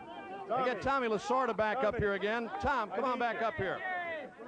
And the presentation now, Mr. Kuhn, if you want to go ahead here and wrap it on right now. All right, to Peter O'Malley, to Al Campanis, and to this great skipper, Tommy Lasorda, I am very proud to present you the trophy, standing right here. Hey, tastes great! Tastes great! I'm proud to present you this trophy, emblematic of the 1981 World Championship. And boy, you guys deserved it. You worked all the way to get it. Tremendous comeback win. Thank you, Commissioner. Thank you very much. Thank you very much. And I just want to say this. All of us feel that we work for a great boss, Peter O'Malley. Thank you very much. It's a great accomplishment for the entire organization, and I'm real happy for everyone. Really, we've worked hard for this, a long time in coming. I compliment the Yankee organization and Bob Lemon. They're a super team. We're proud of our guys, and we've got a lot to be thankful for. Mr. O'Malley, congratulations. Same to you, Al Campanis. We've got another presentation to make here, Mr. Commissioner. The Most Valuable Player Award for the first time in the 27-year history. First year in the 27-year history of the Most Valuable Player Award, the Major League Baseball Sport Magazine Most Valuable Player Award. We got the three guys right here, Steve Garvey, Ron Say, and where's Pedro Guerrero? Pedro Guerrero right here. Here they are, Commissioner, and again, I'll turn it back over to you. Okay, we have something we've never had before. We have 3 winners of the Most Valuable Player Award, and I think it's very fitting for the great teamwork of the Dodgers that the Sport Magazine and Major League Baseball Award to the most valuable players should go to 3 men. Pedro Guerrero, Ron Say, and Steve Garvey. And I want to congratulate you all. A tremendous accomplishment, a real team effort, and you deserve the trophy. We're going to have some more to get around all 3 of you. Thank you very much. Thank you. Commissioner, would like to thank you. Would like to thank our 10th man around the country, the Dodger fans, the great fans of Southern California. We want people to know that we won this World Series. The 3rd time was a charm for us, and we thank everyone, and we thank God. Ron Say, step up here, Ron. I think, you surprised everybody by coming back to play tonight. And I got to ask you, when you made the decision to play, you were originally in the starting lineup, but when did you finally decide to play? Well, Bob, I came to the park telling them that everything I had done preliminarily had turned out all right. I told Tommy to put me in the lineup. If I couldn't make it, I'd tell him. I had to go through the entire workout, have everything worked out before I was going to make that decision, and I'm just glad that it worked out. I got a little dizzy running around the bases at one inning where we broke it open to 4-1, and the lightheadedness wouldn't go away for me, so I decided it probably time to take a bow. So it's just great. I can't tell you what this means to all of us. And we get Steve Yeager here. Where is he? Here he is, right here. Steve Yeager, a man who had an outstanding World Series, Steve, and I know you're very, very happy. I know you're proud of me because old catchers stick together, right? I tell you, I'm very excited. It's been a great pleasure for me to play and be a part of this ball club all year long, and not playing very much, and young Mike Stokes doing most of the catching, and I get a chance to play in a World Series and we win, and I tell you, I feel like I'm up here. It's going to be a long night ahead of me. Congratulations, Steve. Now let's go to Jim Lampley and Lou Piniella. Thanks very much, Bob. Obviously, the atmosphere in this dressing room is quite different, quiet, but not completely mournful, professional, as you would expect from people with the experience that these guys have. With me, Lou Piniella, and Lou, there was a moment during the ball game in the 6th inning. Your team mounted a threat, and Rick CERONE was not sent from third base on a fly ball to right field. At that moment, you seemed extremely frustrated. Were you upset about base running in particular, or was it just generally the frustration of the series? No, I wasn't upset about base running at all. It's just the way the ball game went. We were blown out. We really didn't expect that. And it was more frustration than anything else. But I'd like to congratulate the Dodgers. They've been together as a unit for a long time. They've had some rocky roads here in '77 and '78. And they played very well, and you can't win them all. I'm just sorry that we lost, but I'd rather lose here than lose down the line like other clubs did. And hopefully this club will be back next year. They turned it around and did to you what you did in '78, winning the last 4 after losing the first 2. There will be a lot of second-guessing of a lot of moves that were made during this series. One of them was Bob Lemon's removal of Tommy John after 4 innings tonight. What was the general feeling on the ball club and your feeling about that move? Well, I'm not the manager, and I can't make moves. Bob gets paid to manage, and he decided that Bobby Murcer could give us a quick lift. It didn't work at the time, although Bobby hit the ball well. But that's not when we lost the series. We go back to Game 4. We go back to Game 5. We didn't do the job in L.A. We let the Dodgers right back in the series. I think that was the telling tale, Game 4 and Game 5 specifically. But gosh, the Dodgers have played so well this series. Everybody talks about how many mistakes we did. Let's give them credit, and they're world champions, and tip our hats to them. They've been together for a long time, like I said before. They're a bunch of professionals. They're a bunch of experienced pros, and it showed. We just didn't do the job. They did. I congratulate them. Okay, thanks very much for spending time with us, Lou, in a difficult moment. We appreciate it. Keith? All right, Jim, thank you very much. The final score tonight, the Los Angeles Dodgers 9, New York Yankees 2. The Dodgers are the world champions of baseball for 1981.